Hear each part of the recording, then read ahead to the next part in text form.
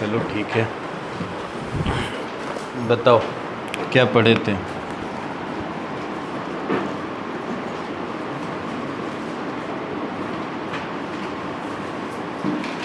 ठीक है, टॉपिक बता दो, आगे चलें जल्दी। क्वेश्चन कर रहे थे, अच्छा चलिए हेडिंग डालिए, रिलेशन बिटवीन, क्वेश्चन ही करेंगे, छोटा सा टॉपिक है, दो पढ़ लेते हैं, इसी पे न्यूमेरिकल है, सब मिक्सअप है, मोमेंट ऑफ इनर्शिया ही न लास्ट पढ़े हैं हम, उसी पे क्वेश्चन कर रहे थे। ठीक है, बस आज पढ़ लो और एक दिन और, 2 दिन का बस लेक्चर है, चैप्टर ख़त्म हो जाएगा हमारा। टॉपिक क्या है हमारे पास, relation between torque and moment of inertia. ठीक है, torque and moment of inertia के बीच में क्या रिलेशन है, तो ध्यान से सुनो। हम एक फिगर बनाए थे, वही फिगर कंसीडर करेंगे, चाहे तो उसी फिगर पे नाम लिख देना और लिख देना फ्रॉम दिस फिगर, जो भी फिगर का नंबर डाल देना। फिगर क्या था याद होगा, जब मैंने आपको बताया था कि एक कोई लेमिना है हमारे पास, ये लेमिना है, 2D फिगर में है, थोड़ा ऐसे दिख रहा है ये, ठीक है, ये 2D फिगर में है, कुछ ऐसे लेमिना बना है, ये किसी एक्सिस के अबाउट रोटेट कर रहा है, ये एक्सिस है, इस एक्सिस के अबाउट ये रोटेट कर रहा है ऐसे। ठीक है, ये एक्सिस है और इस एक्सिस के अबाउट ये रोटेट कर रहा है, तो सर रोटेशन जो होगा ना इसका, ये एंगुलर स्पीड होगी इसके पास, ओमेगा से रोटेट कर रहा होगा। और यहाँ पे अगर जो पार्टिकल्स देखें तो सर हर एक पार्टिकल का अपना अपना वेलोसिटी होगा। ये जो m1 पार्टिकल है वो अगर देखें तो यहाँ से ये सर कितने डिस्टेंस पे है, तो r1 डिस्टेंस पे है, r1 डिस्टेंस पे है, और कितने वेलोसिटी से मूव कर रहा है, तो ओमेगा इधर है, तो क्या v1 वेलोसिटी से मूव कर रहा हूँ। इसी तरह दूसरा पार्टिकल अगर देखें तो इस एक्सिस से कितने डिस्टेंस पे है, r2 डिस्टेंस पे है, मास कौन सा है, m2, और इसकी वेलोसिटी भी कुछ इस डायरेक्शन में ऐसे ये भी घूम रहा होगा, जो कि v2 होगी। वेलोसिटी का डायरेक्शन बदल रहा है, इस वजह से v1 v2 लिख रहे हैं। ऐसे मैंने एक फिगर बनाया था, ठीक है, ऐसे बहुत सारे इसमें पार्टिकल्स बने हैं। तो मैं अगर आपसे पूछना चाहता हूँ कि इसका एंगुलर एक्सीलरेशन कितना रहेगा, तो सारे पार्टिकल का देखो एंगुलर स्पीड ओमेगा है, तो जाहिर सी बात है सबका एंगुलर एक्सीलरेशन क्या अल्फा रहा होगा क्या, अरे पढ़ा है ना, ओमेगा क्या होता है, एंगुलर स्पीड होता है, और अल्फा क्या होता है, एंगुलर एक्सीलरेशन होता है। तो जब एंगुलर स्पीड सारे पार्टिकल का सेम है, ओमेगा है, तो एंगुलर एक्सीलरेशन अल्फा रहा होगा, वो भी सेम रहा होगा। तो सर इससे क्या फ़ायदा होगा, थोड़ा ध्यान से देखिए, इस बॉडी पे लगने वाला नेट टॉर्क क्या होगा, क्योंकि इसमें पार्टिकल 1 है, 2 है, ऐसे 3 4 5 बहुत सारे पार्टिकल हैं। तो नेट टॉर्क अगर हम निकालते हैं तो क्या मैं लिख सकता हूँ हर एक पार्टिकल का टॉर्क τ1 τ2 τ3 τ4 ऐसो ऑन, ये कहानी ऐसे चलती जाएगी। ठीक है सर, अब τ1 क्या होगा, तो थोड़ा ध्यान से बताइए। टाउ होता है force into R into F, या वेक्टर में लिखेंगे तो क्या लिखेंगे, आर क्रॉस एफ। क्या यही टॉर्क होता है क्या, वेक्टर में नहीं लिख रहे हैं हम, वेक्टर में नहीं लिख रहे हैं हम, डायरेक्ट लिख रहे हैं आर इंटू में एफ। तो पहले वाले पार्टिकल का है तो क्या r1 इंटू में f1 लिखा जाएगा, दूसरे वाले पार्टिकल का है तो क्या लिखा जाएगा r2 f2, तीसरे वाले का क्या होगा r3 f3, ऐसो ऑन, कहानी ऐसे चलती जाएगी आगे की तरफ। ठीक है, अब बताइएगा थोड़ा फोर्स क्या होता है।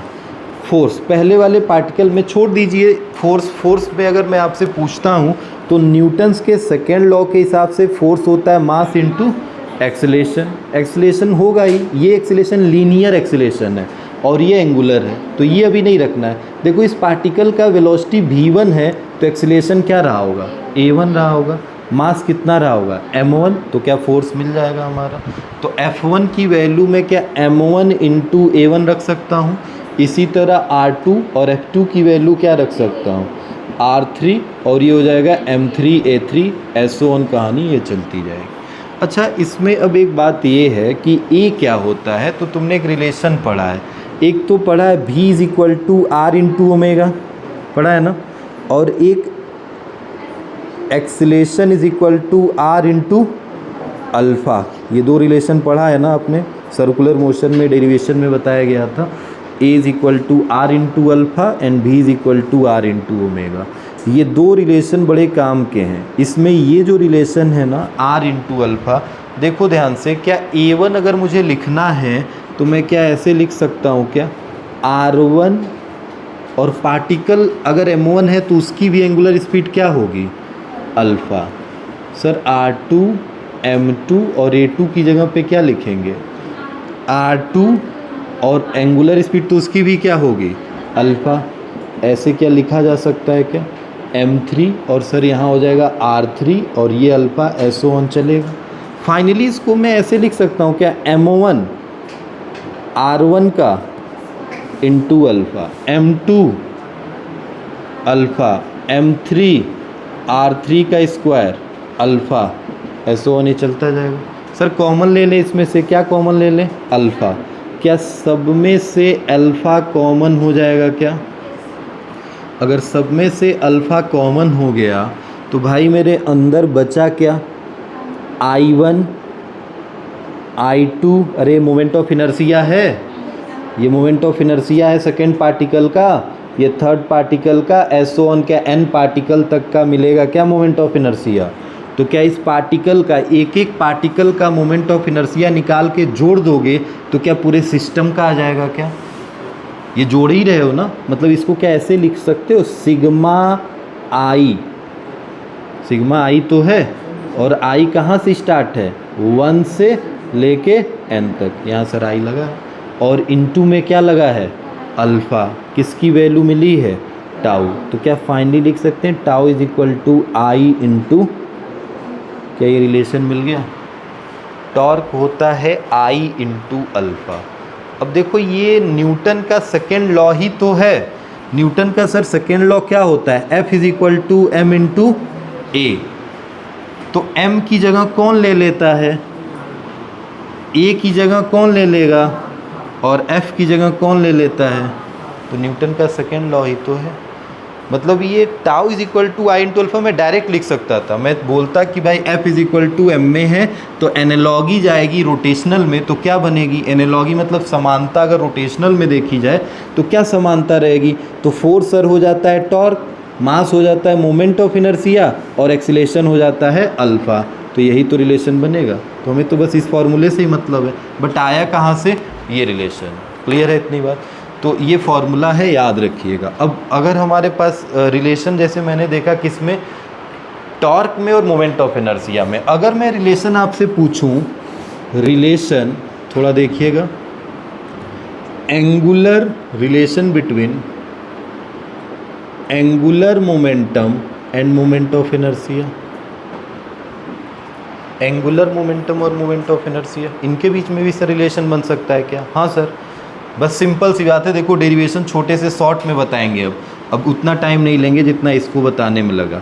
अब बताओ P इज इक्वल टू कितना होता है, क्या ये लीनियर मोमेंटम है, ये मास है और ये क्या है हमारा लीनियर वेलोसिटी है, तो सर रोटेशनल में आएगा तो P क्या L बन जाता है, M क्या I बन जाता है और V क्या बन जाएगा, ओमेगा। तो क्या यही रिलेशन बनेगा क्या सर, L और I में क्या यही रिलेशन है, L is equal to I into omega. तो कैसे आएगा सर, तो देखिए इसी फिगर से अगर मैं हर एक पार्टिकल का एंगुलर मोमेंटम देखूं तो नेट मोमेंटम लिखने के लिए मुझे क्या L1 plus L2 plus L3 plus L4 ऐसो ऑन क्या लिखना पड़ेगा क्या सर। L क्या होता है, L सर, L जैसे टॉर्क होता है सर R क्रॉस F, वैसे L होता है R क्रॉस P।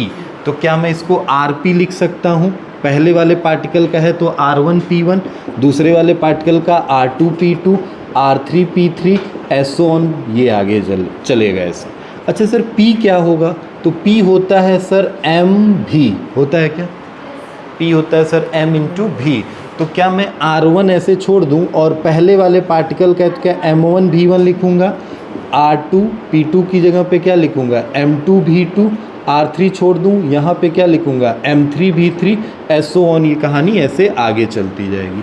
अच्छा सर ये रिलेशन देखिए, v इज इक्वल टू कितना होता है r इंटू ओमेगा, तो क्या v is equal to r into omega put कर सकते हैं क्या यहाँ पे? तो क्या हो जाएगा r1m1 कितना r1 इंटू ओमेगा। ओमेगा तो सबके लिए सेम है ना, ऐसा नहीं ओमेगा 1 होगा, ओमेगा सारे पार्टिकल के लिए सेम है तो केवल ओमेगा। इसी तरह ये r2m2 r2 omega, r3m3 r3 omega एसो ऑन। क्या कॉमन ले लिया जाए सर? ओमेगा यहाँ कॉमन हो गया तो m1 r1 मिलके क्या हो गया r1 square, m2 r2 square, m3 r3 square, ठीक है एसो ऑन। क्या ये फिर i1 i2 i3 बन गया क्या? i1 i2 i3 एसो ऑन, ये चलता जाएगा। इनटू में क्या है ओमेगा, किसकी वैल्यू आ रही है ये L की, तो क्या ये नेट मोमेंट ऑफ इनर्शिया होगा, पूरे बॉडी का मोमेंट ऑफ इनर्शिया होगा। Then L is equal to I, into में क्या आया ओमेगा। क्या मिल गया रिलेशन यहाँ से? तो ये किसका कॉन्सिक्वेंस है या किसका एनालॉगी है ये? L is equal to I into omega. Sir P is equal to mv का, P is equal to momentum है वो, बस यहाँ एंगुलर मोमेंटम आया। सर ये फोर्स है, बस फोर्स का नाम बन गया मोमेंट ऑफ फोर्स। तो ये न्यूटन का सेकेंड लॉ है, समझ जाओ। इसी को हम बोलते हैं Newton second law in rotational motion.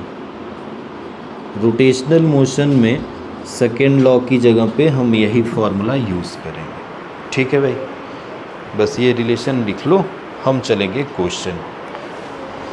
अब मोमेंट ऑफ इनर्शिया पढ़े हो, अब आई हर जगह आ रहा है ना, तो अब रिंग दूंगा, डिस्क दूंगा, तो वहाँ पे उसका आई लिखना पड़ेगा आपको, जो आपने पढ़ा है। एक्सिस आपको समझना पड़ेगा, किस एक्सिस के अलोंग बात हो रही है।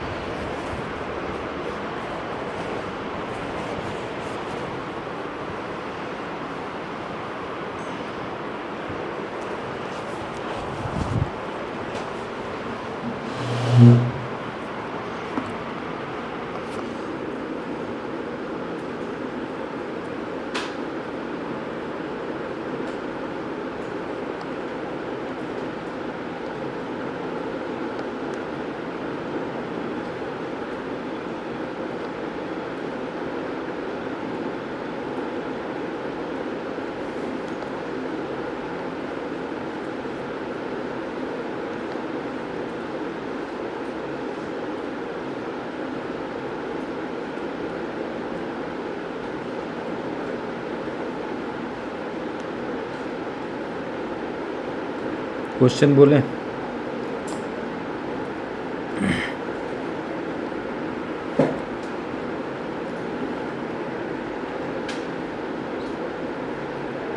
क्वेश्चन भाई घर पे बहुत करो, एकदम प्रैक्टिस इतना तगड़ा करो क्वेश्चन का। अब समय कम होता जा रहा है आपका, आपको खुद सोचना पड़ेगा।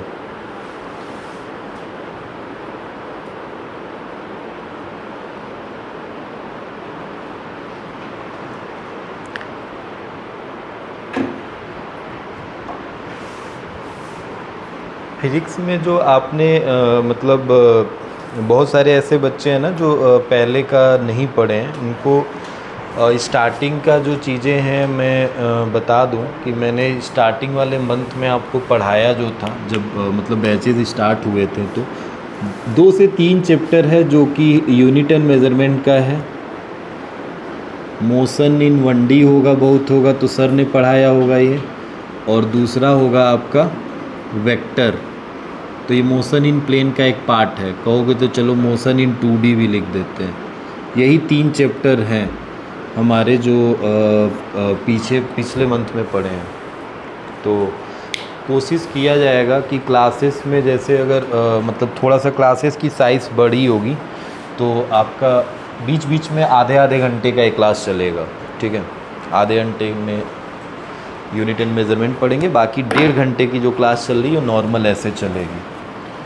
बैकलॉग अगर आपको हटाना है तो पीछे का, अभी जो आगे चल रहा है भाई उस पर ध्यान दो, फोकस। बहुत सारे मतलब ऐसे बच्चे जो होते हैं सोच रहे हैं ना कि जिनके दिमाग में चल रहा है कि जैसे मान लो कहीं से हम पढ़ने बैठ गए, मैं अपनी बात बता रहा हूँ। जैसे मान लो अभी मैं कल परसों नहीं पढ़ा था, कुछ भी नहीं पढ़ा था परसों। और मुझे पढ़ना था चैप्टर, पता है क्या क्या मैं पढ़ा था? उसके पहले मैं कुछ ऐसे नॉर्मली पढ़ रहा था, कंप्यूटर पढ़ रहा था मैं, वो भी लिनक्स, एक प्रोग्रामिंग लैंग्वेज है आपकी। तो मैं लिनक्स पढ़ रहा था, बट बहुत मैं ज़्यादा पढ़ा नहीं हूँ लिनक्स, मैं सी लैंग्वेज पढ़ा हूँ। तो लिनक्स मुझे इतना नॉलेज नहीं था, तो पूरा बेसिक से पढ़ रहा था, समय लग रहा था, तो थोड़ा सा पढ़ा। कल परसों नहीं पढ़ा सैटरडे को, क्योंकि यहीं पे बहुत रात हो गया था, 12-1 बज गए थे, तो नहीं पढ़ पाया। तो कल मैं मैथ्स पढ़ने लगा, तो मैथ्स में पता है बहुत पीछे का ऐसे था, और जहाँ से मैं पढ़ता हूँ वहाँ पे लाइव क्लास जो चल रही थी वो रात के 1 बजे तक चलती है लाइव क्लास। तो मैं सोचा कि लाइव क्लास में अगर जुड़ूँगा तो आगे का पढ़ना पड़ेगा, पीछे का मैं एक दिन क्लास किया नहीं था, तो क्या होगा समझ में नहीं आएगा। ऐसा अगर मैं स्किप कर देता तो उस दिन का भी चला जाता, मतलब कल का भी चला जाता मेरा। तो फिर मैं कल का ही पढ़ा, थोड़ा समय लगा पीछे की चीज़ों को समझने में। वीडियो लेक्चर्स पढ़े थे तो बैक करके मैंने रिवाइंड करके देख लिया, तो थोड़ा बहुत ज़्यादा कुछ ऐसा नहीं था। क्वेश्चन जब कराया जा रहा था तो समझ में आ रहा था। तो क्यों आ रहा था? क्योंकि मैं कभी एक बार पढ़ चुका हूँ उन चीज़ों को। मैथ्स में तो कभी ना कहीं ना कहीं तो पढ़े होंगे उस टॉपिक को, हम पढ़े हैं तो हमको समझ में आ रहा है। तो वही आपके साथ भी है। देखिए क्या है, आपका जो बैकलॉग हो गया है उसको अगर आप क्लियर कर रहे हो ना, तो ऐसे नहीं क्लियर होगा वो। आप सोच रहे हो कि एक ही बार क्लियर कर देंगे बैठ के तब सर के साथ आएंगे, मेरे साथ पहुँचने में बहुत पीछे छूट जाओगे। क्योंकि अभी जब मैं ये पढ़ा रहा हूँ, तुम कुछ और पढ़ रहे हो घर पे, तो प्रॉब्लम होगा। मैं जो पढ़ा रहा हूँ उसी पे क्वेश्चन अभी करो, सर जो पढ़ा रहे हैं उसी पे क्वेश्चन करो। जो बैकलॉग हुआ है उसको बैकलॉग अभी रहने दो, उसके चक्कर में और बड़ा बड़ा बैकलॉग बनता जाएगा।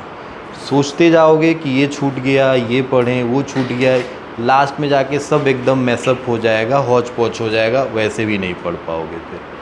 उसके लिए बस यही तरीका है, सिंपल सा तरीका मैं आपको बता रहा हूँ। क्लासरूम में जितना पढ़ाया गया है, जितना टॉपिक बस है, उतने पे ही क्वेश्चन पढ़ो, बस उतने पे। मैं कल मैथ्स में 2D फिगर पढ़ा था, मेंसुरेशन पढ़ रहा था। तो मेंसुरेशन बहुत बड़ा चैप्टर है, मतलब वो है, आपने पढ़ा भी होगा मेंसुरेशन। तो उसमें आप 2D फिगर पढ़ते हैं, 3D पढ़ते हैं, एरिया पढ़ते हैं, वॉल्यूम पढ़ते हैं, बहुत सारी चीज़ें पढ़ते हैं। तो मैं केवल 2D फिगर पढ़ा, तो 2D में बहुत आ जाएगा, ट्रायंगल आ जाएगा, सर्कल आ जाएगा, 2D में आपका रेक्टेंगल आ जाएगा, स्क्वायर आ जाएगा, रोम्बस आ जाएगा, बहुत सारे ऐसे फिगर हैं। तो उस पर सब पे क्वेश्चन बनेंगे। तो ऐसा थोड़े है कि मैं केवल ये अभी 3D फिगर स्टार्ट हो गया है तो मैं केवल 3D पे ही फोकस करूँ। नहीं भाई, मैं 2D पढ़ रहा हूँ, पहले जब तक वो क्लियर नहीं होगा तब तक मैं वहाँ नहीं जाऊँगा।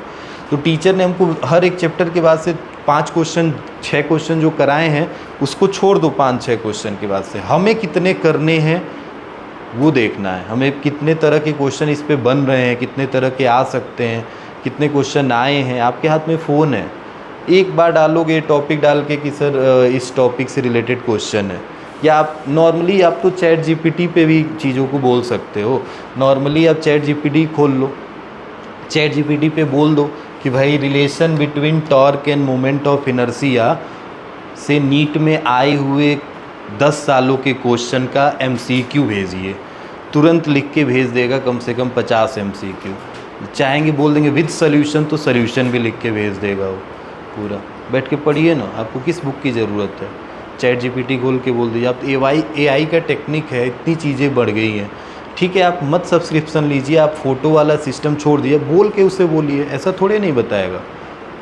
मुझे पेपर बनाना होता है तो मैं क्या बैठ के ऐसे टाइप थोड़े करता हूँ। मैं बोलता हूँ PYQ दे दो नीट का, इस टॉपिक से रिलेटेड, इस टॉपिक से रिलेटेड। फटाक 10-10 क्वेश्चन आते हैं, उठा के मैं दे दिया। तो वो सारे PYQ एक जगह पे मिल जा रहे हैं आपको। तो एक जगह मिल रहे हैं तो आपको इधर उधर जाने की ज़रूरत नहीं। मैंने टॉपिक पढ़ा है, आप वहीं से 20 क्वेश्चन उठा लो, कर लो। 20 क्वेश्चन उठा लो, कर लो। टॉपिक वाइज करते चलो, तभी क्लियर होगा। पूरा चैप्टर का सोच रहे हो एक ही बार करेंगे, बहुत मुश्किल हो जाएगा। अब इतना बड़ा चैप्टर है, तुम खुद देख रहे हो, 1 हफ्ते हो गए हैं पढ़ाते हुए, और 1.5 2 घंटे की क्लास चली है बीच बीच में। कहीं पे 2 घंटे भी चले हैं, कहीं 1.5 घंटे चले हैं। तो उसमें भी अभी हमारा एक दिन आज और एक दिन और का बचा हुआ है टॉपिक। तो ऐसे नॉर्मली नहीं होगा। अभी बहुत मैं स्किप करके पढ़ाया हूँ, बहुत सारे क्वेश्चन को मैं नहीं कराया हूँ। क्वेश्चन अगर कराने के मतलब मैं बहुत ज़्यादा क्वेश्चन नहीं कराया हूँ, मगर अभी इतना करा दिया हूँ कि आप क्वेश्चन टच करोगे तो आपको लगेगा कि हाँ ऐसा क्वेश्चन बन सकता है, ऐसा क्वेश्चन बन सकता है, ऐसा कर सकते हैं। तो आपको टाइम देना पड़ेगा, कम से कम 10 घंटे, 8 घंटे, 8.5 घंटे पढ़ने पड़ेंगे घर पे। इसके अलावा अब सोच रहे हो कि 2 घंटे पढ़ लेंगे तो हो जाएगा, तो वो कहानी है, भूल जाओ। यहाँ पढ़ रहे हो ना, तो स्मार्टली पढ़ो। 10 घंटे पढ़ने का मतलब है कि हाँ नहीं, पढ़ना पड़ेगा तुम्हें भी भाई, तुम क्यों नहीं पढ़ोगे? वो पढ़ रहे हैं तो तुम भी पढ़ो, हम पढ़ रहे हैं तो तुम भी पढ़ो, छोड़ दो बाकी सबका।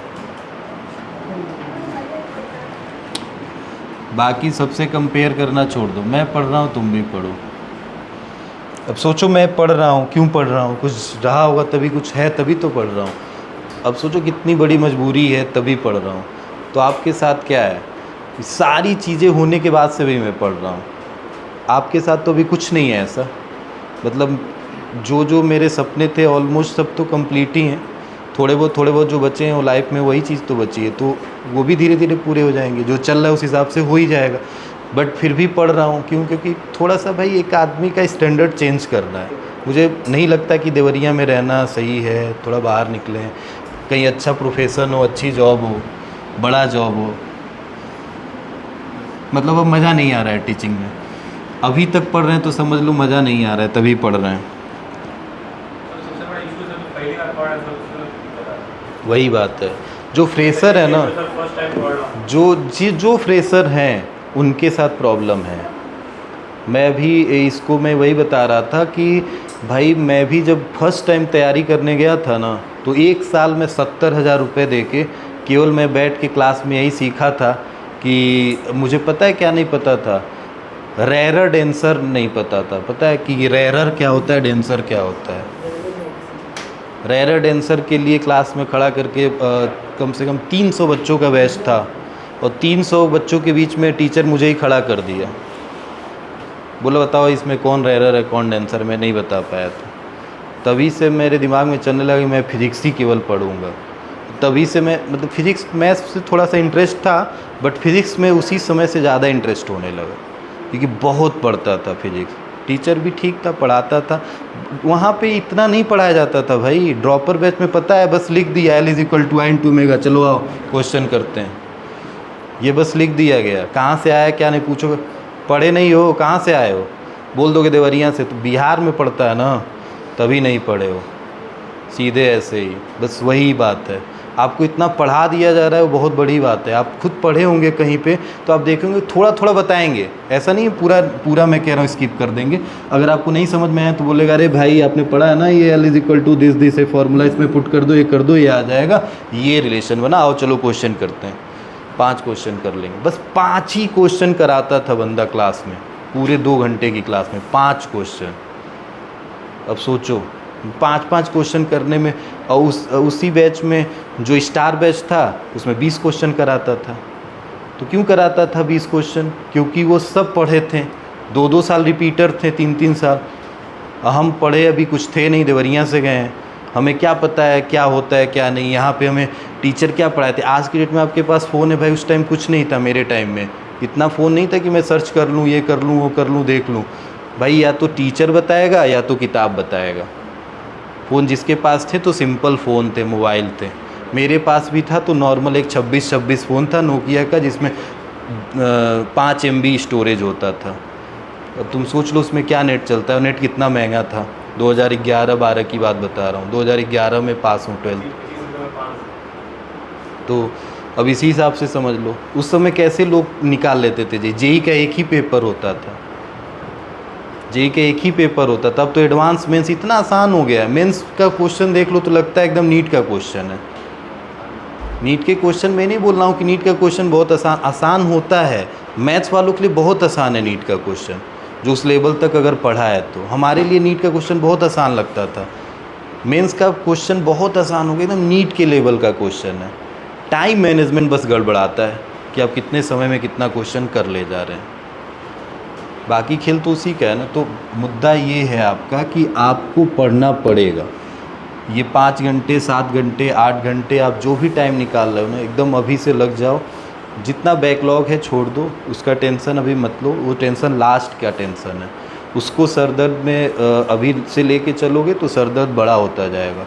छोटा सा है अभी घाव, छोटा सा रहने दो, उसको साइड में छोड़ो, अभी आगे का जो है उसको लेके चलना है। इसको क्लियर कर लेंगे, 11th का एक बुक पढ़ लेंगे, 12th का दोनों बुक पढ़ लेंगे, एक बुक बैकलॉग है, मैं मान लेता हूँ पूरा 11th का एक बुक बैकलॉग है, 1 महीने में क्लियर हो जाएगा। भाई थोड़ा थोड़ा तो पढ़े हो, कुछ तो पढ़े हो। 1 महीने में हमें 15 दिन लगेंगे मुझे ये 3 चैप्टर पढ़ाने में।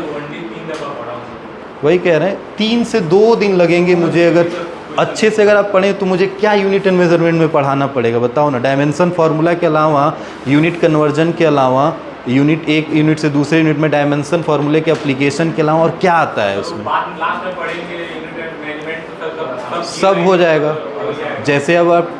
जैसे आप 12th पढ़ रहे हो, 12th का पूरा खत्म हो जाएगा, यूनिट डायमेंशन पढ़ लो।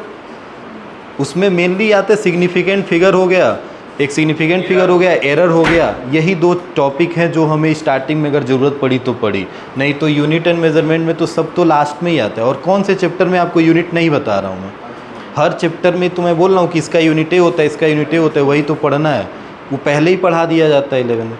आया मोशन इन 1D 9 से पढ़ते आ रहे हो भाई, तुम बच्चे थोड़े हो। बस एक नया टॉपिक बताया क्या आता है, रिलेटिव वेलोसिटी, जो हमारे लिए थोड़ा डिफ़िकल्ट बन जाता है क्वेश्चन। तो रिलेटिव वेलोसिटी इसमें, और इसमें 2D में थोड़ी चीज़ें हैं, प्रोजेक्टाइल मोशन वाली चीज़ें आ जाती हैं, तो थोड़ा सा यही चैप्टर बनता है। तो क्या इसमें आपको ऐसा लगता है भाई बहुत कम समय में होगा, बस आप पढ़े होने चाहिए, थोड़ा थोड़ा भी नॉलेज होगा तो मुझे इतना समय नहीं लगेगा। अब एकदम नए होगे, बैठे रहोगे क्लास में ऐसे, अरे सर ये क्या होता है, ये क्या, ये रिलेशन क्या है, कैसे, तब तो भाई मुझे पूरा पढ़ाना पड़ेगा। और आप एक बार अभी पढ़ ले रहे हो ना, जिनका अभी नीट का है, मैं बता दे रहा हूँ, एक बार आप अच्छे से पढ़ लो, बस एक बार ज़िंदगी में पढ़ना पड़ेगा, एक बार। अब मैं मैथ्स अच्छे से पढ़ लिया हूँ तो मुझे बस अब मैथ्स में पढ़ना नहीं पड़ता, मैं क्वेश्चन सॉल्व करता हूँ। और जब तुम क्वेश्चन सॉल्व करने लगोगे ना, तब तुम्हें इंटरेस्ट आएगा। पढ़ने में बोरियत होता है, थ्योरी पार्ट में आपको लग रहा होगा बोरियत, जब पूरा एक बार पढ़ लोगे एकदम दिमाग से अच्छे से समझ के पढ़ लिए हो, तो अब उसके बाद लाइफ में कभी नहीं पढ़ना है। हाँ सर अब हम बस रिवीजन करेंगे, और पढ़ना रिवीजन अलग होता है। तो अभी आप फ़िलहाल में पढ़ रहे हो, और जो ड्रॉपर होते हैं ना वो रिवीजन करते हैं, उनके लिए ये सब नहीं होता है। ये मैं डायरेक्ट इतना नहीं कराता हो रहता कुछ की हेडिंग डालता है बताता। चलो अब लिखो क्वेश्चन, और क्वेश्चन करो। पहला क्वेश्चन है, 2 रिलेशन बताए हैं, इन्हीं पे बात करेंगे। दोनों फॉर्मूले में लिख देता हूँ, tau is equal to I into alpha, L is equal to I into omega. ठीक है, ये 2 रिलेशन है, हो गया। सुनिए, पहला क्वेश्चन है, एकदम बेसिक सा आपको दे रहे हैं क्वेश्चन, पहले इसका आंसर बताइए। A torque of 2 × 10⁻⁻4 newton metre applied to body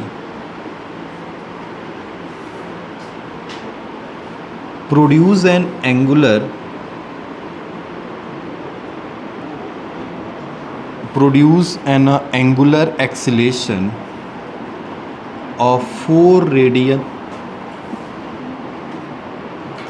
per second square.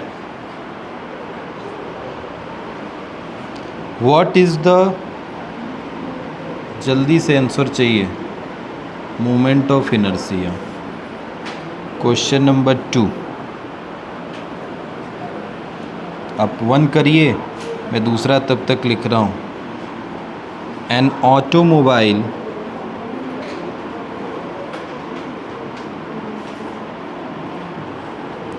Move on a road है,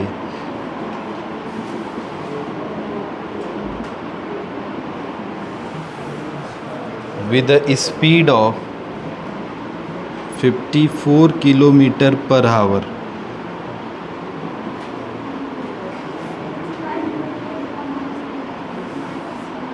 The radius of its wheel is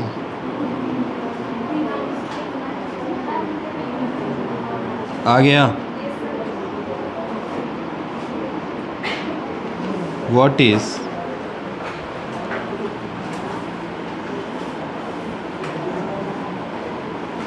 negative torque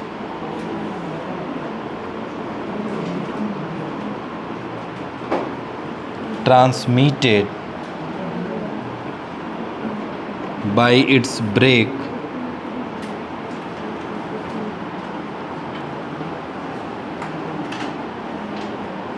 to the wheel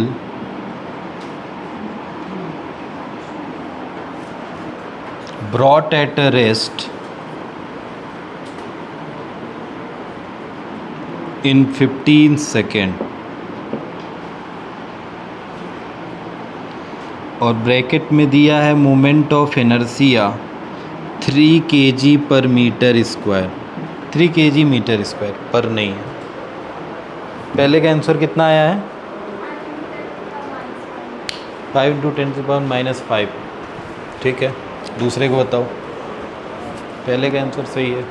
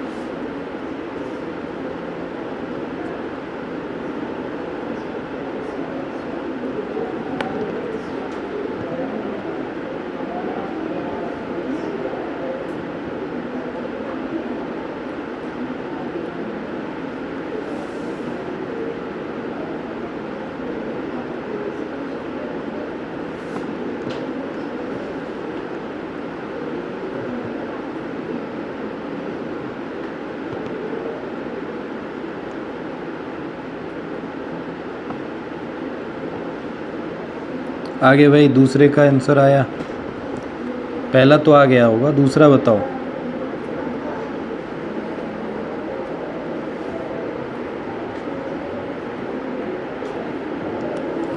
यही सब बस समझना है, बाकी तो कुछ है नहीं क्वेश्चन में।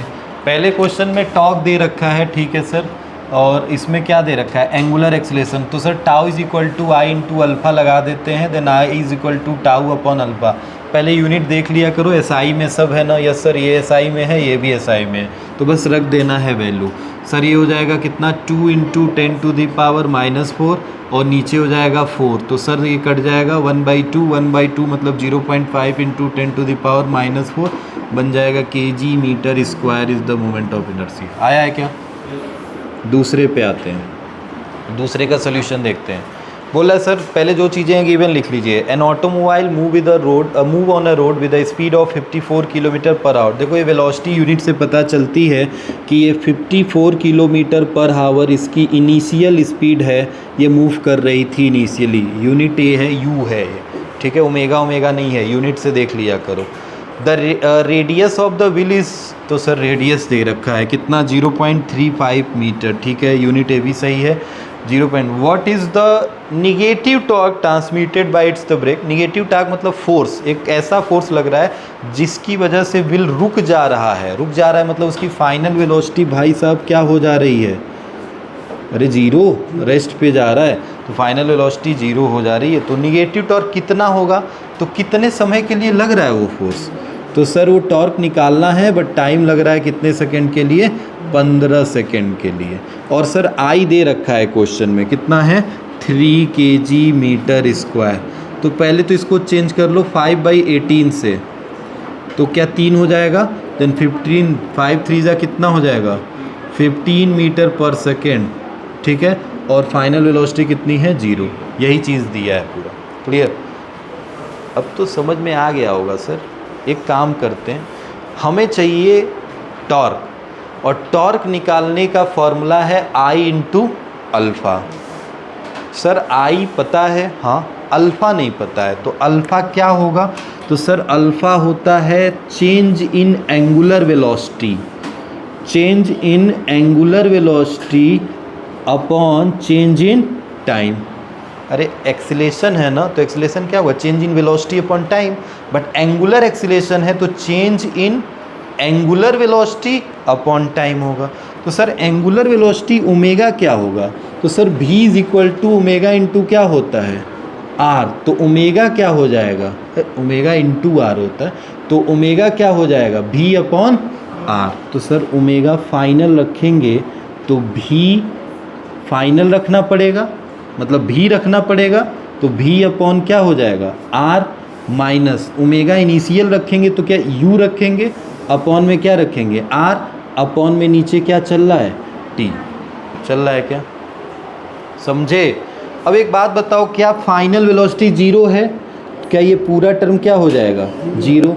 सर इनिशियल वेलोसिटी कितनी है 15 और रेडियस कितना है 0.35, तो सर -15 क्योंकि माइनस साइन बचा है 0.35 ये हो गया रेडियस, और टाइम कितने सेकंड का है 15, तो सर 15 से 15 कट जाएगा तो कितना बच जाएगा माइनस का 1/0.35 बच गया, और एक्सीलरेशन निगेटिव आ रहा है तो टॉर्क भी क्या आएगा निगेटिव ही आएगा। आ गया आंसर।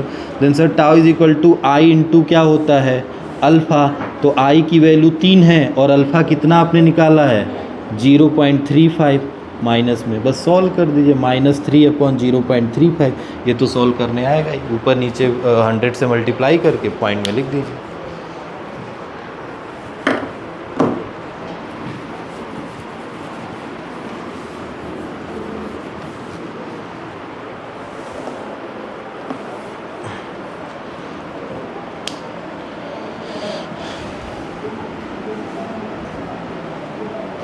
नेक्स्ट है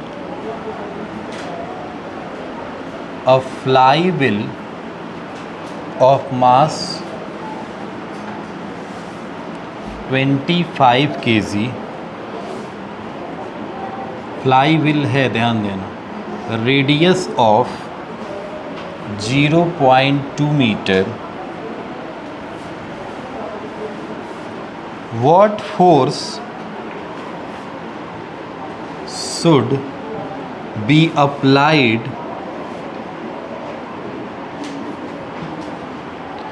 tangentially to the rim of the flywheel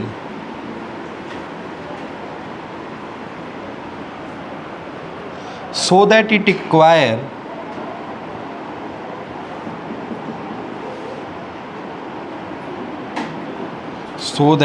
acquire an angular acceleration of 2 radian per second.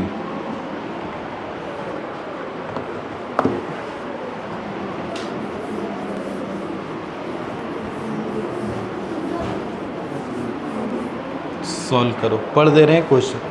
A flywheel of mass 25 kg has a radius of 0.2 meter. What force should be applied tangentially to the rim of the flywheels so that it acquire an angular acceleration of 2 radian per second? ठीक है, तो question में पूछा है what force should be applied, कौन सा कितना force आप उस पर लगाएंगे टेंजेंशियली। जैसे समझो क्या है कि एक पहिया ऐसे घूम रहा है और इस पहिया को रोकना नहीं है, इसके एक्सीलेशन ही पहले जैसे था, सपोज दैट ये रुका हुआ था, तो रुका हुआ था तो कोई बंदा, ये रिम है इसका, इस रिम एक्सल पे ऐसे ये नाच रहा है फ्लाईव्हील, तो सर यहाँ पे एक टेंजेंशियली फोर्स लगाएंगे, ऐसे कॉन्टीन्यूस खींचेंगे तभी तो ये नाचेगा, ये रोटेट करेगा। तो सर कितने स्पीड से रोटेट करना चाहिए, मतलब अल्फ़ा इसका कितना होना चाहिए 2 रेडियन पर सेकेंड, 2 रेडियन देखो पर सेकेंड स्क्वायर होगा ना, ये एक्सीलेशन है 2 रेडियन पर सेकेंड स्क्वायर, तो फोर्स कितना लगाएंगे यही पूछा है। सर इसका रेडियस कितना गिवन है आर, तो आर सर दिया है क्या, हाँ 0 पॉइंट कितना है 2 मीटर, और सर आई कितना दे रखा है इसका, तो निकालना पड़ेगा सर आई, पहले तो आई निकालना पड़ेगा, और दूसरी बात सर मास दिया है, हाँ मास दिया है तो आई तो निकल ही जाएगा, आर दिया है एम दिया है तो आई निकाल लोगे। बताओ जल्दी फटाक से, आई और अल्फ़ा मिल गया तो टॉर्क मिल जाएगा, टॉर्क मिल जाएगा तो एफ़ मिल जाएगा, तो पहले क्या निकालोगे टॉर्क, टॉर्क निकाल लो, और टॉर्क क्या होता है आर इंटू एफ, तो एफ मिल जाएगा यहाँ से, आर दिया ये क्वेश्चन में। जल्दी बताओ कितना आ रहा है आंसर।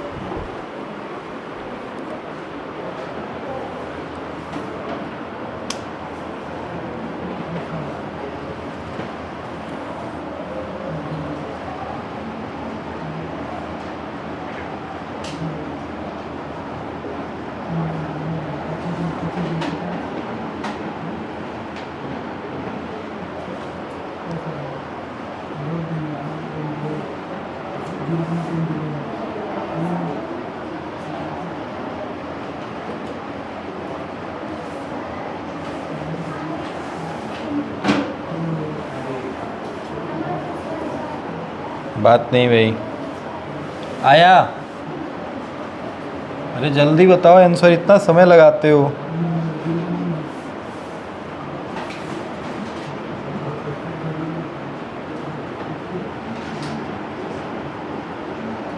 जब तक कैलकुलेट हम नहीं करेंगे तब तक आ ही नहीं सकता। 10 आ रहा है, चेक करते हैं।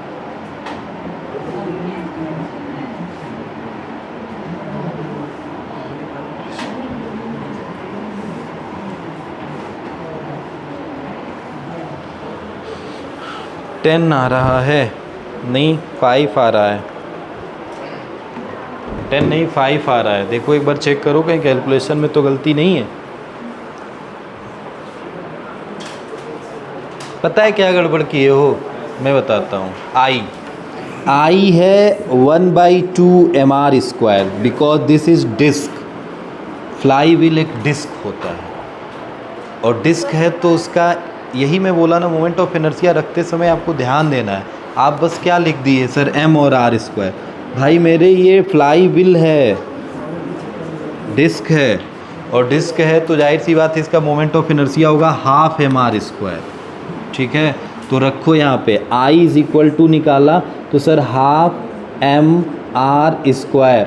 हाफ m की वैल्यू कितनी है 25, और r कितना है सर 0.2। तो 0.2 2 बार लिख दिया जाए तो नीचे हो जाएगा कितना, नीचे 2 है ना, तो हम ऐसे लिख सकते हैं इसको। देखो 25 2 × 2/200 लिखा जाएगा क्या, या 2 × क्या 100 लिख दूँ।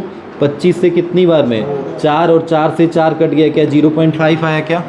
देन I कितना आया 0.5। अरे 1/2 बचा बस, 1/2 मतलब 0.5। अब सर I मिल गया है, हमें क्या करना चाहिए, तो सर हमें करना चाहिए ये टाउ की वैल्यू निकालने से पहले हमें टाउ पहले निकालना पड़ेगा I × अल्फ़ा से। देन टाउ हो जाएगा I, और I की वैल्यू कितनी हमने निकाली है 1/2 ही रख देते हैं। चलो अल्फ़ा की वैल्यू कितनी है, तो सर अल्फ़ा है 2, तो 2 से 2 कट जाएगा, क्या आ जाएगा 1। तो सर टाउ = कितना आ गया 1। अच्छा सर टाउ एक और पढ़ा है हमने, R × क्या होता है F। तो सर R को इधर भेज दें, देन टाउ/R, क्या यही F निकालना है क्या। देन टाउ की वैल्यू कितनी निकाली है 1, और ये कितना है 0.2। तो ऊपर नीचे किससे मल्टीप्लाई कर देंगे 10 से, तो ये 10 तो नीचे 2 हो जाएगा, 2 से 10 कट गया, कितना आ जाएगा 5 न्यूटन।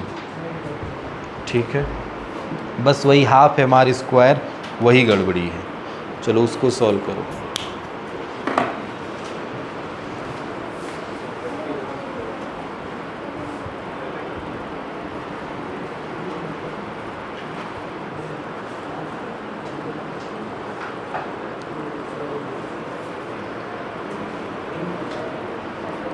थोड़ा एक पानी का बोतल लेते आओगे, प्यास लग गया है।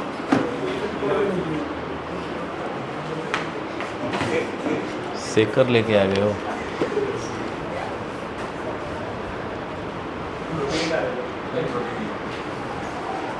किसमें वो, ठीक है कोई बात नहीं।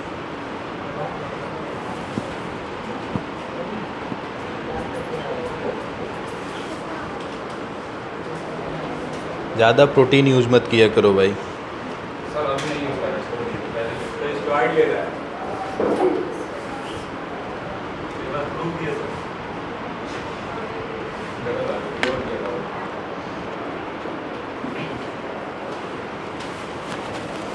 बहुत नुकसान करता है। सर नुकसान नहीं कर, एक साथ ले लो। अभी नहीं करेगा ना, अभी एज थोड़ा सा जब होगा ना तब।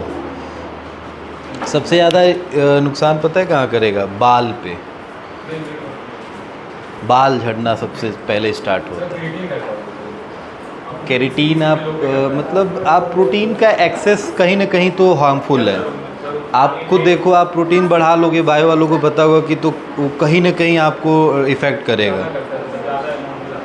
तो आप मोस्टली कोशिश करिए, ठीक है लीजिए, मैं नहीं बोल रहा हूँ, डाइट कंट्रोल करने के लिए थोड़ा सा प्रोटीन चाहिए, बट एक स्कूप में अगर 25 ग्राम प्रोटीन आता है ना, तो उतना प्रोटीन तुम मैनेज कर सकते हो अपने डाइट से भी। एग खा लो, फिश खा लो, जो भी चीज़ें नॉर्मली चीज़ों को खा सकते हो, पनीर खा लो अगर वेजिटेरियन हो तो। बट उसमें क्या होता है ना, वो पूरा रॉ होता है। जो रॉ चीज़ होती है ना, वो बहुत जल्दी इफ़ेक्ट करती है लीवर को, किडनी को, जितने भी रॉ मटेरियल्स होते हैं वो पूरा रॉ होता है। और मान लो ज़्यादा रॉ, जैसे अब तुम्हें रॉ का मतलब क्या है, जैसे तुम कच्चा दूध पी रहे हो, वो रॉ है, तो कच्चा दूध तुम पी के देखो ना, अभी डाइजेस्ट ही नहीं कर पाओगे, क्योंकि आपका लीवर उस हिसाब से फंक्शन ही नहीं कर पाएगा। तो जितना रॉ करोगे खाओगे ना, उतनी चीज़ें नुकसान करती हैं। चीज़ें रहेंगी डायरेक्ट ट्रांसफॉर्म। हाँ, आया इसका आंसर मिला। बोला है a torque of a 10 newton metre. अच्छा, ये क्वेश्चन है, दिया है, ठीक है। अच्छा, इस क्वेश्चन में हमसे पूछा क्या है, अल्फ़ा पूछा है ना, तो टॉर्क दे रखा है भाई, ये तो आसान सा क्वेश्चन है। Flywheel of the mass दे रखा है सर 10 kg का फ्लाई व्हील है, ध्यान देना। अच्छा सर, रेडियस ऑफ जायरेशन दे दिया उसने, मतलब के दे दिया, कितने सेंटीमीटर का, 50 सेंटीमीटर दिया है, 50 सेंटीमीटर, हाँ 50 सेंटीमीटर ही दिया है भाई। सेंटीमीटर तो चेंज करना पड़ेगा ना इसको 100, क्योंकि ये सेंटीमीटर में भाई 0 से 0 कट गया, 5 से 2, तो क्या 1/2 आएगा, 1/2 मीटर लिख लेते हैं के। और क्या दे रखा है, what is the resulting acceleration. Sir हमसे एक्सीलरेशन पूछा है, वो भी एंगुलर एक्सीलरेशन, तो क्या लिखेंगे, अल्फ़ा। तो लिखते हैं formula, tau is equal to क्या होगा, आई इंटू अल्फ़ा। कहीं काम बनेगा नहीं सर, आई नहीं पता है, तो सर आई निकाल लेते हैं ना। आई इज इक्वल टू क्या होगा, एम के स्क्वायर लिखा जा सकता है क्या। तो बस अब एक बात याद रखो, फ्लाई व्हील है, चलो एक बार चेक करते हैं रख के। तो टाउ इज इक्वल टू आई की जगह पे क्या रख दिया, एम के स्क्वायर, इंटू में क्या है, अल्फ़ा। सही लिखा जा रहा है, हाँ अभी तो फ़िलहाल में सही है। मास कितना है 10, के कितना है 1/2, तो 1/2 इंटू 1/2। और टॉर्क तो पता ही नहीं है ना, नहीं दिया है, टॉर्क दिया है 10, तो 10 से 10 कट गया, यहाँ अल्फ़ा चल रहा है तो 4 इधर आ गया, देन अल्फ़ा 4 आना चाहिए। चेक करते हैं, हाँ सही है, 4 रेडियन पर सेकेंड स्क्वायर। ये तो आसान सा क्वेश्चन भाई। अच्छा एक चीज़ सुनो, मैंने इसमें क्यों नहीं लगाया सर फॉर्मूला, मुझे पता है क्या डाउट लग रहा था कि सर इसमें हम डायरेक्ट फ्लाई व्हील है तो एम के स्क्वायर बाई 2 क्यों नहीं किए। भाई वो रेडियस ऑफ जायस है, रेडियस ऑफ जायस में फ्लाई व्हील हो चाहे कुछ भी हो, फॉर्मूला तो एम के स्क्वायर से ही कंपेयर करके निकाला जाता है ना। याद करो, मैं आपको बोला था ना, जैसे मान लो तुम्हारा फ्लाई व्हील है, तो फ्लाई व्हील का मतलब डिस्क हो गया, तो सर डिस्क का ये एक्सिस ले लीजिए, इस एक्सिस के बाद मोमेंट ऑफ इनर्शिया कितना होता है, mr²/2 डिस्क का। अच्छा सर रेडियस ऑफ जायस कितना होगा, तो सर mr²/2 को किससे कंपेयर कर दीजिए, mk²। तो कंपेयर बार बार तो इसी से करते थे ना, चाहे वो डिस्क हो चाहे कुछ भी हो, क्योंकि तुम रेडियस ऑफ जायरेशन पढ़ने के लिए पढ़े हो कि सारे मास को तुम कहाँ पे कंसंट्रेट करा देते हो, एक पॉइंट पे, और वहाँ से जो डिस्टेंस होता है वही के होता है। तो डिस्क हो चाहे कुछ भी हो, मैंने सारे मास को कहाँ कंसंट्रेट करा दिया, पॉइंट पे, सेंटर ऑफ मास पे, और यहाँ से एक्सिस ऑफ रोटेशन का जो डिस्टेंस होगा वही ले लेंगे, तो वही k² होगा। अब ये रेडियस ऑफ जायस उसने डायरेक्ट दे दिया था, तो मैंने फॉर्मूला लग दिया I is equal to mk², यहीं से निकाल लेंगे, और I की वैल्यू उठा के मैंने यहाँ पे पुट कर दी, तो ये फार्मूला बन गया। अब इस फार्मूले में टाउ पता है, m पता है, k पता है, अल्फ़ा निकल जाएगा।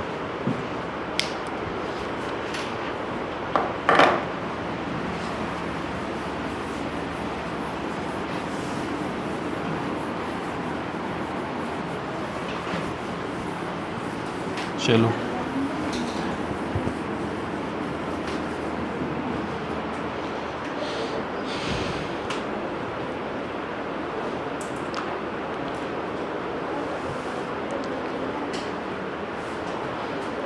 लिखो एक question.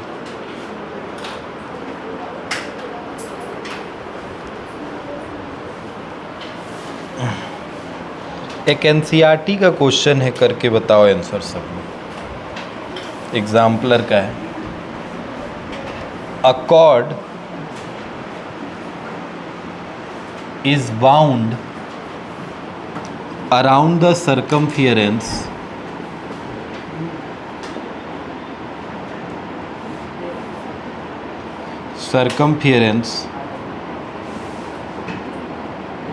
of a wheel of diameter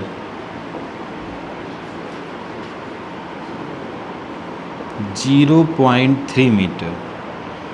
The axis of the wheel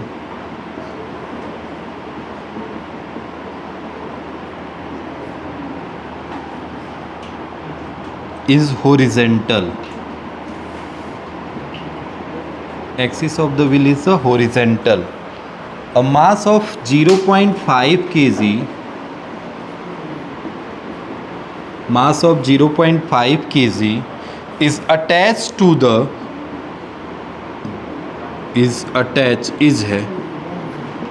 attached to the कहाँ पे अटैच किया गया? End of the cord, end of the cord, and it is allowed to fall from rest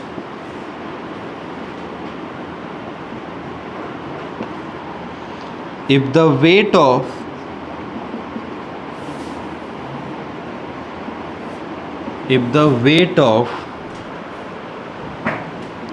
fall weight fall 1.5 meter in a 4 second.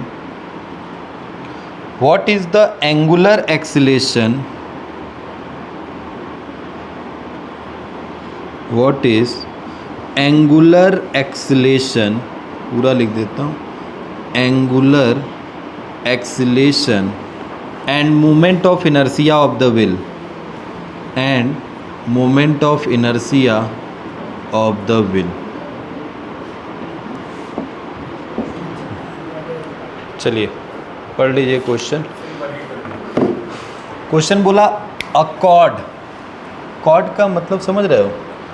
Is wound around the circumference of the wheel. मतलब एक ऐसे रस्सी type की कोई चीज़ है, cord है ना, ऐसे एक व्हील है उसी पे ऐसे लपेटा गया है ऐसे, ठीक है, टर्न किया गया around the circumference of the wheel जिसका डायमीटर है 0.3 मीटर.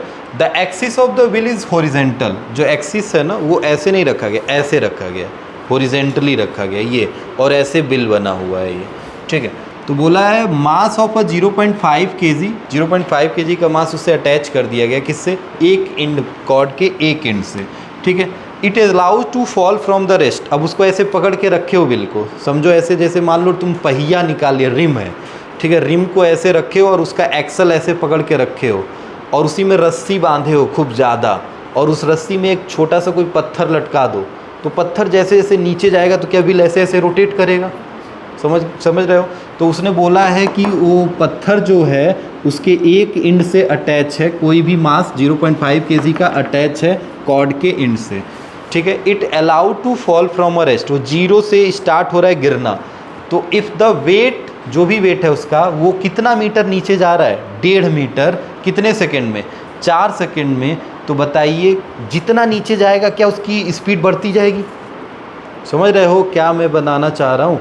जैसे ऐसे समझो ये एक पहिया है, इसको तुम ऐसे पकड़े हो, ये एक्सेल है, ठीक है. एक्सेल मतलब जहाँ पे मैंने ऐसे एकदम बीचों बीच में पकड़ा है. अब कोई बंदा इस पर रस्सी लपेट दिया और उस रस्सी में नीचे क्या लटका दिया? पत्थर, ठीक है. अब मैं बस ऐसे इसको ऐसे नॉर्मली ऐसे पकड़ा हूँ, तो जैसे जैसे पत्थर नीचे जाएगा तो क्या ये ऐसे घूमेगा? ऐसे घूमेगा. पत्थर जैसे नीचे जाएगा तो पत्थर गिरेगा, फ्री फॉल हो रहा है, क्या उसकी वेलोसिटी एकदम ग्राउंड को टच करेगी तो सबसे मैक्सिमम होगी. तो जब मैक्सिमम होगी तो वेलोसिटी बढ़ रही है, तो जाहिर सी बात है क्या इसका रोटेशन भी तो बढ़ता जाएगा, मतलब इसका एक्सीलरेशन बढ़ता जाएगा, चेंज होता जाएगा. तो सर एक्सीलरेशन चेंज होगा, बट उसने बस कितने समय में पूछ लिया? 4 सेकंड में वो 1.5 मीटर नीचे गया है, तो उतने समय में उसका एक्सीलरेशन क्या रहा होगा और बॉडी की मोमेंट ऑफ इनर्शिया क्या रही होगी, मतलब उस फ्लाई व्हील की मोमेंट ऑफ इनर्शिया क्या रही. बस यही क्वेश्चन है. अब एक बार ट्राई करो, बहुत आसान है.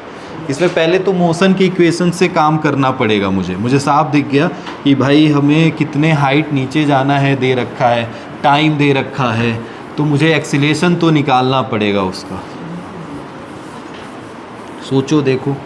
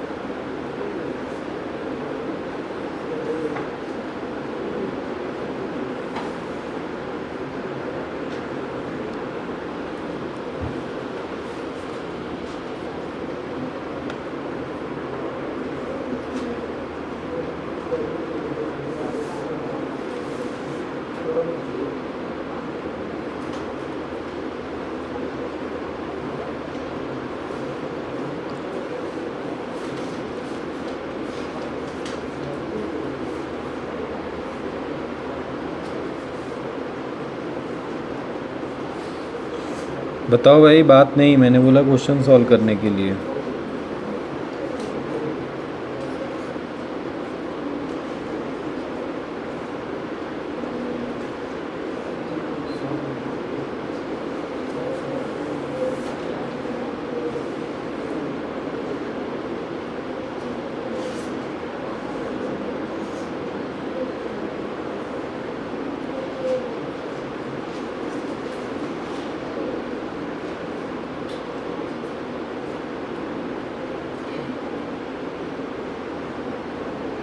आया कुछ समझ में आ गया आपकी? बताना पड़ेगा, करके बताएं।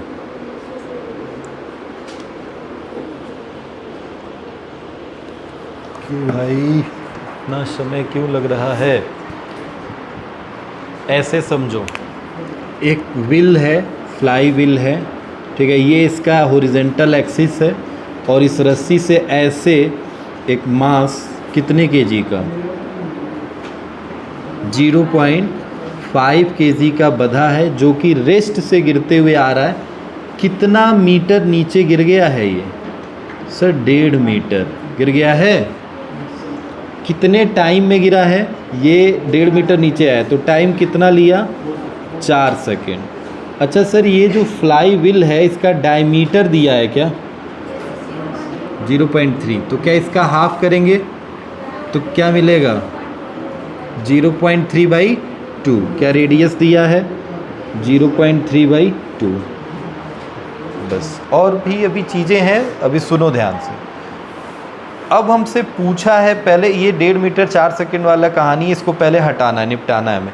तो हम एक सोच रहे हैं, हमें निकालना है एक्सीलरेशन। तो न टॉर्क पता है, न टॉर्क पता है, और अल्फ़ा चाहिए। तो भाई भी देखो, मैंने रिलेशन बताया है, A = क्या लिख सकते हो? Alpha into r. तो क्या ए पता है? ए पता है? नहीं सर, ए तो कहीं दिया नहीं है। आर, सर आर पता है। तो ये निकाल ले अगर, तो क्या अल्फ़ा मिल जाएगा? पहला क्वेश्चन सॉल्व हो जाएगा। और अल्फ़ा अगर मिल गया तो सर टाउ = क्या होता है? टाउ, टॉर्क तो सर निकल ही जाएगा सर। क्यों? क्योंकि टॉर्क का फॉर्मूला होता है R इंटू में F, होता है ना।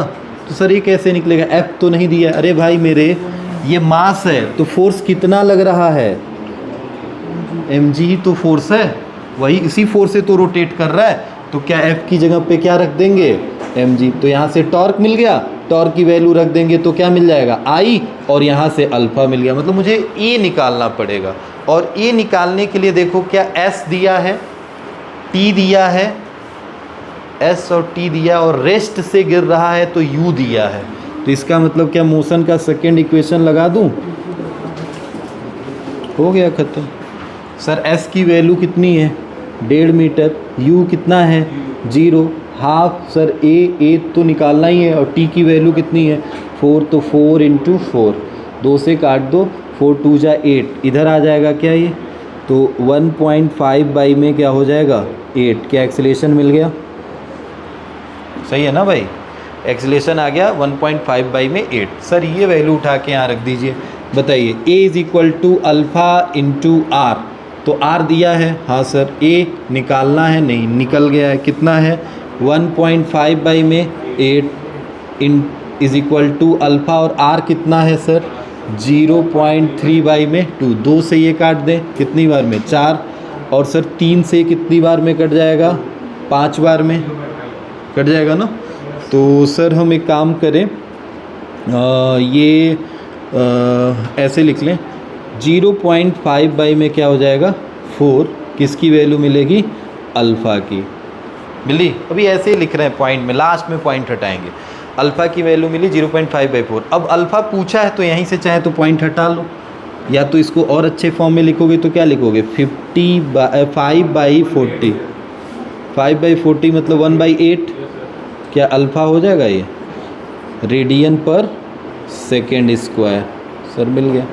अच्छा सर अब अल्फ़ा मिल गया तो पहले एफ़ निकाल लीजिए। एफ़ क्या होता है सर mg, एफ़ तो mg होगा, और यहाँ से टाउ निकालते हैं तो mg f इंटू आर, तो मास है 0.5, g तो 10 ही ले लेंगे, और r की वैल्यू कितनी है 0.3 इन अपॉन में 2। 2 से काट दें 5 बार में, और ये देखो 0.5 फिर क्या 0.15 हो जाएगा, इंटू में 5 मतलब 0.75 हो जाएगा। क्या किसकी वैल्यू मिलेगी, सही है ना 0.5 है 0.3 क्या 0.15, और 0.15 में 5 मल्टीप्लाई हुआ तो 15×75, तो क्या 0.75 हो जाएगा।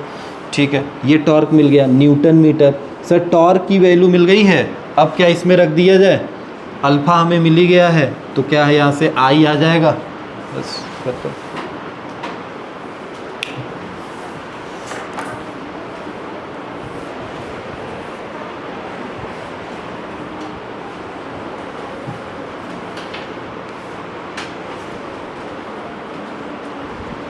कितना वो बिल नीचे आ रहा है, क्या हो रहा है ना, ये चीज़ों को थोड़ा सा समझना पड़ेगा आपको।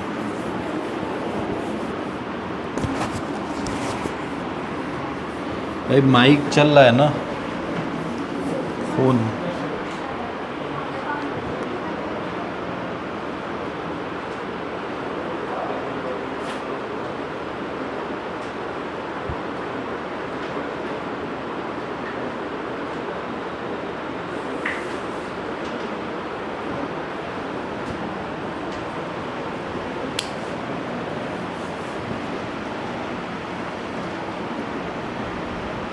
दो क्वेश्चन लिख रहे हैं, दोनों का आंसर तुरंत चाहिए। अब क्या बचा है पता है इसमें टॉपिक, पहले लिख लो फिर बात कर रहे हैं। A ring of diameter 0.4 metre and mass 10 kg is rotating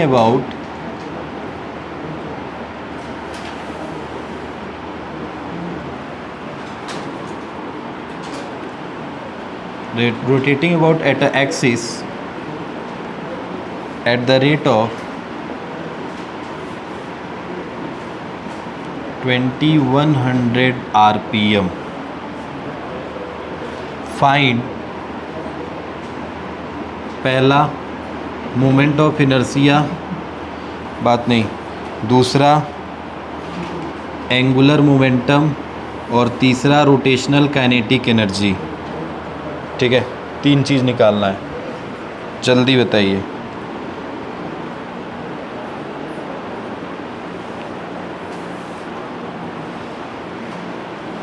calculate the angular momentum of the earth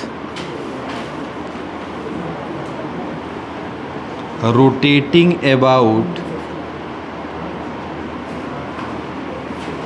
on axis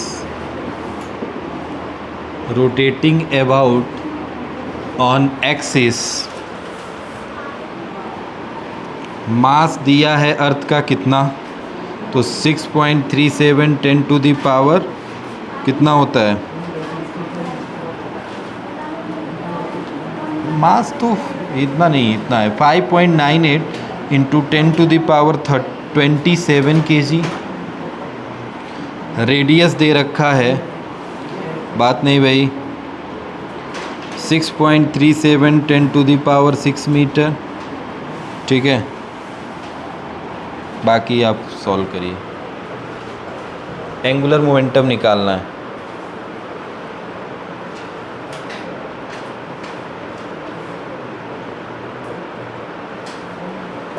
एक और लिख देते हैं।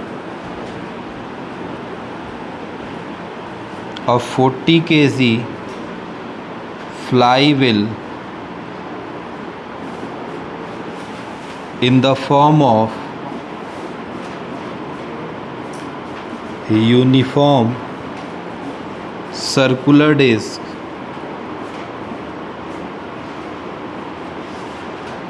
(1 meter radius) is making 120 RPM. Calculate the angular momentum. जल्दी बताइए, 3 क्वेश्चन है, तीनों का आंसर। लास्ट वाले क्वेश्चन में लिखा है 40 kg flywheel in the form of the uniform circular disc 1 meter of radius is making a 120 RPM. Calculate the angular momentum. पहले का आंसर आया।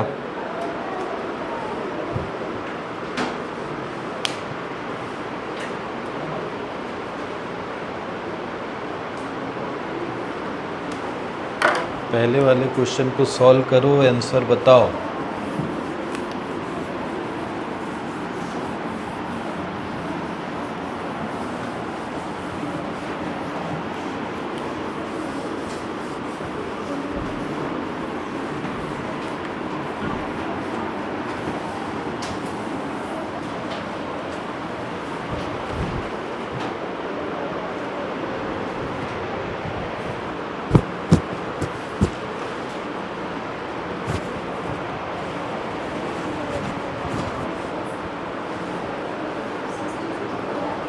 बताना पड़ेगा। पहले वाले क्वेश्चन का आंसर किसी का आया? फर्स्ट का आ रहा है, मोमेंट ऑफ इनर्शिया आ रहा है 0.4, एंगुलर मोमेंटम आ रहा है 88 और रोटेशनल काइनेटिक आ रहा है 9680। तीनों नहीं मिला।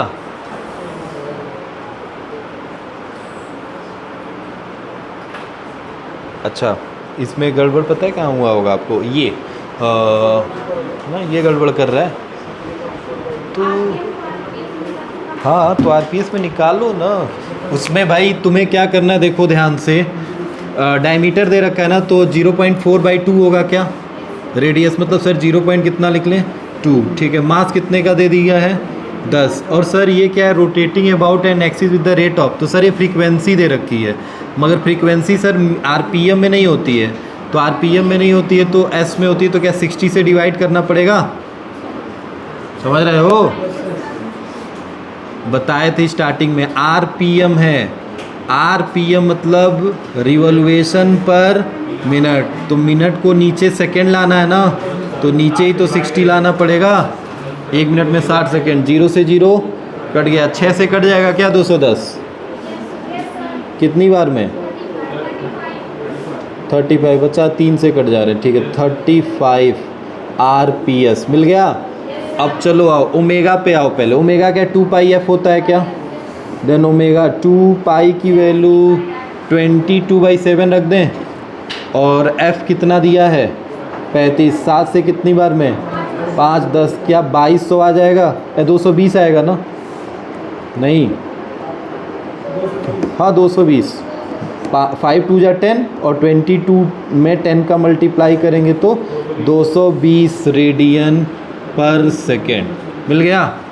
सर ओमेगा क्यों निकाला? भाई मुझे देखो, अब ओमेगा मिल जाएगा ना तो मैं भी निकाल सकता हूँ।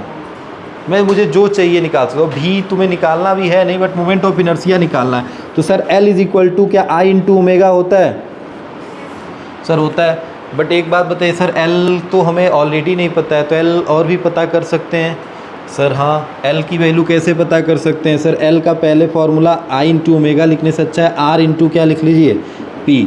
सर R कितना दिया है? डायरेक्ट I निकालना है तो I निकाल दो, रिंग है ना। रिंग का मोमेंट ऑफ इनर्शिया एक्सिस के अबाउट कितना होता है? अरे डायरेक्ट निकल जाएगा ना, रिंग का पूछा है ना। रिंग, तो रिंग का एक्सिस के अबाउट mr² ही तो होता है। तो मास कितना है दिया है, देखो 10, और रेडियस कितना है 0.2। अच्छा ये निकाल के भी रखें, इसका ज़रूरत पड़ेगा भाई मेरे, इसीलिए निकाल के रखें। तो पहला मैं सॉल्व कर रहा हूँ, तो m और ये कितना हो गया 0.2 इंटू 0.2, तो क्या ये 2 इंटू 0.2 होगा ना, 0.4 होगा, ठीक है 0.4 I kg मीटर स्क्वायर। दूसरा बताओ, क्या L निकालना है? अब सर L की जगह पे क्या रखें? बात है I इंटू ओमेगा की, आ गई ना ओमेगा की ज़रूरत। तो I कितना आया है 0.4, और ओमेगा कितना है 220, मल्टीप्लाई कर दो तो क्या ये 4 हो जाएगा, और ये 22, तो क्या 88 आ जाएगा। यही तो बोले हैं, रेडियन क्या होगा इसका, ध्यान से देखो, केजी मीटर स्क्वायर और ओमेगा का रेडियन पर सेकेंड, यही होता है ना। तो यूनिट याद रखा करो भाई, एंगुलर मोमेंटम है तो L का यूनिट देखो, हम यहाँ से नहीं निकालेंगे, R इंटू कहाँ से निकालते हैं, P से। R की यूनिट क्या होती है मीटर, और P का क्या होता है, अरे भाई P होता है MV, मतलब केजी मीटर पर सेकेंड। तो क्या केजी मीटर मीटर मिलके स्क्वायर हो जाएगा, तो क्या लिखेंगे केजी मीटर स्क्वायर पर सेकेंड, ठीक है। L की वैल्यू मिल गई। अब आइए अगला क्या निकालना है इसमें, rotational kinetic energy. Sir rotational kinetic energy कितनी होती है, हाफ के नहीं, half I omega square. Sir half ठीक है, I निकाले हैं, हाँ निकाले हैं, कितना 0.4। ओमेगा सर कितना है, तो 220, 2 बार लिख दीजिए भाई, बड़ा तो आएगा ही, 9000 कुछ आ रहा था इसमें आंसर में, ठीक है। 2 से काट दो, चलो 110 लिख देते हैं, और 1 0 1 0 2 0, 11 में 22, 22 में 4, तो 11 में 22 कर लीजिए मल्टीप्लाई, और 1 10 इसको दे दीजिए, तो ये हो जाएगा 4, और 1 10 ऐसे लिख दीजिए, मल्टीप्लाई करके लिख दीजिए। 44 में 22 का मल्टीप्लाई कर दीजिए, बस 9680 यही आ रहा है। जूल में ही होगा क्योंकि काइनेटिक एनर्जी है, चाहे रोटेशनल हो चाहे कोई भी हो। Question number 2,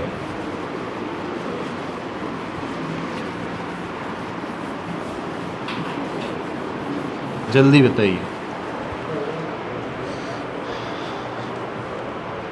calculate the angular momentum of the earth. बहुत सिंपल सा क्वेश्चन है, रोटेटिंग एन एक्सिस। अर्थ किस फॉर्म में होता है सर, स्पेयर, और स्पेयर में भी कौन सा स्पेयर, सॉलिड। सॉलिड स्पेयर के फॉर्म में है तो क्या 2/5 mr² हो जाएगा क्या, मोमेंट ऑफ इनर्शिया होगा सर ये इसका। तो मोमेंट ऑफ इनर्शिया 2/5, m कितना दिया है सर 5.98 इंटू 10⁻27, और r सर थोड़ा बड़ा जाएगा, ठीक है 6.37 10⁻6। बस हमें कैलकुलेशन के लिए नहीं दिए, आपको समझाने के लिए दिए कि करोगे क्या। यहाँ पे क्या लगाना पड़ेगा, स्क्वायर, तो यहाँ से मोमेंट ऑफ इनर्शिया मिल जाएगा, ठीक है। मोमेंट ऑफ इनर्शिया निकालने के बाद से आप कहाँ जाओगे, क्या निकालना है, एंगुलर मोमेंटम। तो एंगुलर मोमेंटम क्या होगा, L = I इंटू ओमेगा। क्या ओमेगा निकालना मैंने अर्थ का सिखाया था, हाँ सर बताया हूँ अभी उसी दिन क्वेश्चन में। ओमेगा सर क्या लिख सकते हैं 2π भाई, अभी वहाँ पे लिखे हैं ना, देखो ओमेगा 2π क्या लिखा है, f को क्या t लिख सकते हैं क्या, नीचे में 2π जैसे है चल रहा है लिख दो, t मतलब एक चक्कर लगा रहा है, तो क्या यहाँ पे मैंने बोला 24 घंटा होता है, 1 घंटे में 60 मिनट, और 60 मिनट में मतलब 1 मिनट में 60 सेकेंड। तो क्या इसको सेकेंड में चेंज कर लो, सॉल्व करोगे तो क्या यहाँ से ओमेगा मिल जाएगा, ओमेगा की वैल्यू उठा के यहाँ से पुट कर दो, आई की वैल्यू यहाँ से पुट कर दो, तुम्हें एल मिल जाएगा। कैलकुलेशन बड़ा होगा, ठीक है।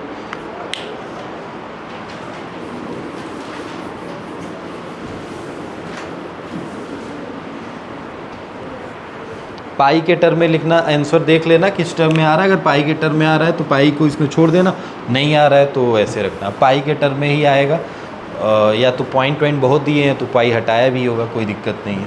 हमें कैलकुलेशन से नहीं मतलब है, हम बस कॉन्सेप्ट अभी यहाँ पे बता दिए आपको कि ऐसे कॉन्सेप्ट से लगेगा। इसका बताओ जल्दी, तीसरे वाले का जल्दी बताओ, मुझे एक और टॉपिक पढ़ाना है इसीलिए मैं इसको जल्दी कर रहा हूँ। 2 बजे तक बस क्लास है आपकी, थोड़ा सा जल्दी कर लो। इसका आंसर बोल दूँ, इसका आंसर आया था अर्थ वाले का, क्या है इसका आंसर आ रहा है 1.53 10⁻34 बड़ा आ रहा है। 2 पाई का आंसर मतलब 2 पाई की वैल्यू रखी है उसने।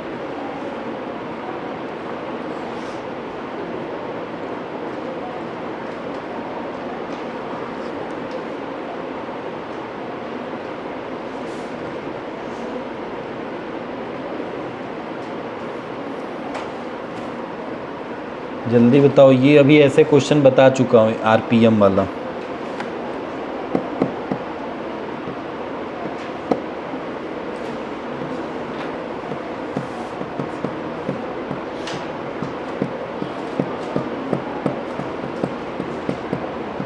पाई के टर्म में बताना, अगर पाई कहीं तुम्हें दिखाई दे रहा है इसमें तो पाई के टर्म में हमें बता दो आंसर, कोई दिक्कत नहीं है। मगर बताओ, हाँ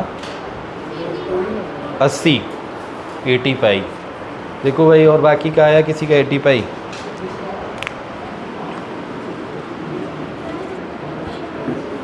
और 40 kg का मास है, ठीक है सर। कितने उससे रोटेट कर रहा है? In the form of the circular, radius दे रखा है डायरेक्ट, कितने मीटर का? 1 मीटर का। और कितना फ्रीक्वेंसी है सर? तो फ्रीक्वेंसी आरपीएम में नहीं होती है, चेंज करना पड़ेगा। कितने से? 60 से। तो कितना हो जाएगा? 2 बार में कट जाएगा, क्या आरपीएस मिल जाएगा। Then omega is equal to sir 2 pi क्या होता है? एफ। 2 पाई, पाई ऐसे रहने दीजिए, एफ की जगह कितना रख दें? 2, तो 2 2 जा कितना हो जाएगा? 4 पाई। सर ओमेगा मिल गया। अब ओमेगा मिलने से क्या फ़ायदा सर? आई निकालना पड़ेगा। सर आई कितना होता है? तो फ्लाई व्हील है मेरे, तो फ्लाई व्हील है मेरा, तो क्या हाफ करेंगे? हाफ है मार स्क्वायर, तो हाफ। मास कितने केजी का है? 40। और आर, अच्छा मैं बार बार फ्लाई व्हील कैसे रोटेट करेगा? मैं कैसे हाफ ले ले रहा हूँ? सर एक्सिस ऑफ रोटेशन थोड़े बदलेगा। फ्लाई व्हील रोटेट करेगा तो एक्सल से ही तो रोटेट करेगा। ये फ्लाई व्हील है, क्या यहाँ से रोटेट करेगा? ये नहीं, रोटेट तो इसी से करेगा ना, सेंटर से। अब वो बोलता है कि उस एक्सिस से कर रहा है, तब हम देखते हैं कि और क्या हो सकता है। अभी उसने बस बोला flywheel in the form of uniform circular disc, साफ लिख दिया है कि यूनिफॉर्म सर्कुलर डिस्क है ये, ठीक है। तो बताइए क्या लिखा जाएगा? Half M R square. R कितना निकाला है? 1, तो 1 1 1 कोई मतलब है नहीं भाई। तो 40 2 से कट गया, कितना आ जाएगा? 20 आ गया। तो आई मिल गया है यहाँ पे, और ये क्या है? Omega. Then L is equal to I into क्या होता है? ओमेगा। आई की वैल्यू कितनी है? 20, और इसकी कितनी है? 4 पाई। तो 4 8 80 पाई। यूनिट अभी वहाँ लिखें कोई? तीसरे का पाई की वैल्यू रख लेना 22/7 या 3.14, अगर तुम्हें पाई में आंसर नहीं चाहिए तो।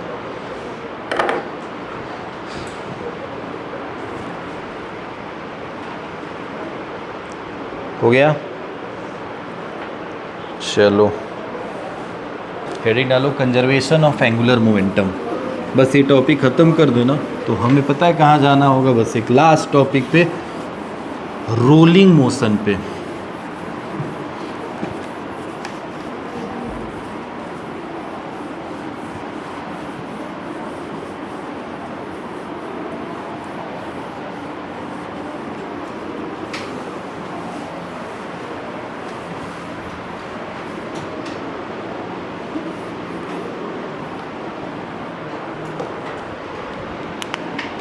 कंजर्वेशन ऑफ एंगुलर मोमेंटम कुछ बहुत ज़्यादा डिफ़िकल्ट नहीं है, बताते हैं। एंगुलर मोमेंटम का कंजर्वेशन क्या होगा? नोट हो गया है सब ना भाई? मिटा दूं? कंजर्वेशन ऑफ एंगुलर मोमेंटम थोड़ा ध्यान से समझिए इसके बारे में। देखिए क्या है, आपने देखा है डेली लाइफ में बहुत यूज़ होता है इस चीज़ का। मैं आपको बताता हूँ। आपने छोड़ दो एंगुलर मोमेंटम, मैं आपसे पूछूं कंजर्वेशन ऑफ मोमेंटम की बात बताओ तुम। कंजर्वेशन ऑफ मोमेंटम, तो सर मोमेंटम या चाहे कोई भी चीज़ दुनिया में अगर कंजर्व हो रही है ना, तो जो पहले था वही बाद में रहेगा। दिमाग में तो यही आएगा ना। कंजर्वेशन मतलब नाइदर क्रिएटेड नॉट डिस्ट्रॉयड, ना आप क्रिएट कर सकते हैं ना डिस्ट्रॉय कर सकते हैं, मतलब जो पहले था वही बाद में रहेगा, कोई चेंजेस नहीं होंगे। तो मोमेंटम का कंजर्वेशन है, तो मोमेंटम जो पहले था वही कहाँ रहेगा, बाद में, मतलब मोमेंटम कांस्टेंट रहेगा। अच्छा भाई मोमेंटम कांस्टेंट, अभी हम केवल मोमेंटम लिखे हैं, एंगुलर नहीं लिखे हैं, लीनियर मोमेंटम है, तो क्या पी कांस्टेंट रहेगा? सर पी कांस्टेंट कैसे हो सकता है? पी कांस्टेंट तभी हो सकता है, मतलब पी एक मोमेंटम है, मोमेंटम किसी बॉडी का तभी हो सकता है जब उस पर कोई फोर्स ना लगे। ये यहाँ पे रुका है, मैंने इस पर एक्सटर्नल फोर्स लगाया तो भी अभी रुका है, तभी अभी ये रुका है। मैं फोर्स लगा तो रहा हूँ, रुका है, बट क्यों रुका है ये? क्योंकि फ्रिक्शन मेरे फोर्स का अपोज कर दे रहा है। तो नेट फोर्स कितना हो गया? 0। मतलब किसी बॉडी पे लगने वाला अगर नेट फोर्स 0 हो गया तो क्या उसका पी जो पहले था वही बाद में रह गया? मोमेंटम पहले भी उसका जो था वही अभी भी है। समझ गए? जैसे मान लो कोई गाड़ी चल रही 20 की स्पीड से, तो उसका मोमेंटम है। मान लो मैं पीछे से आके ठोकर मार दिया, एक ट्रक में किसी साइकिल वाले ने ठोकर मार दिया, तो क्या ट्रक वाले का मोमेंटम चेंज हो जाएगा? नहीं होगा। फिर ट्रक को क्या इफेक्ट पड़ेगा? मोमेंटम में कोई चेंज नहीं होगा। क्यों नहीं होगा? क्योंकि जो उसने फोर्स लगाया वो नेट फोर्स क्या उसके फ्रिक्शन फोर्स ने अपोज करके 0 कर दिया।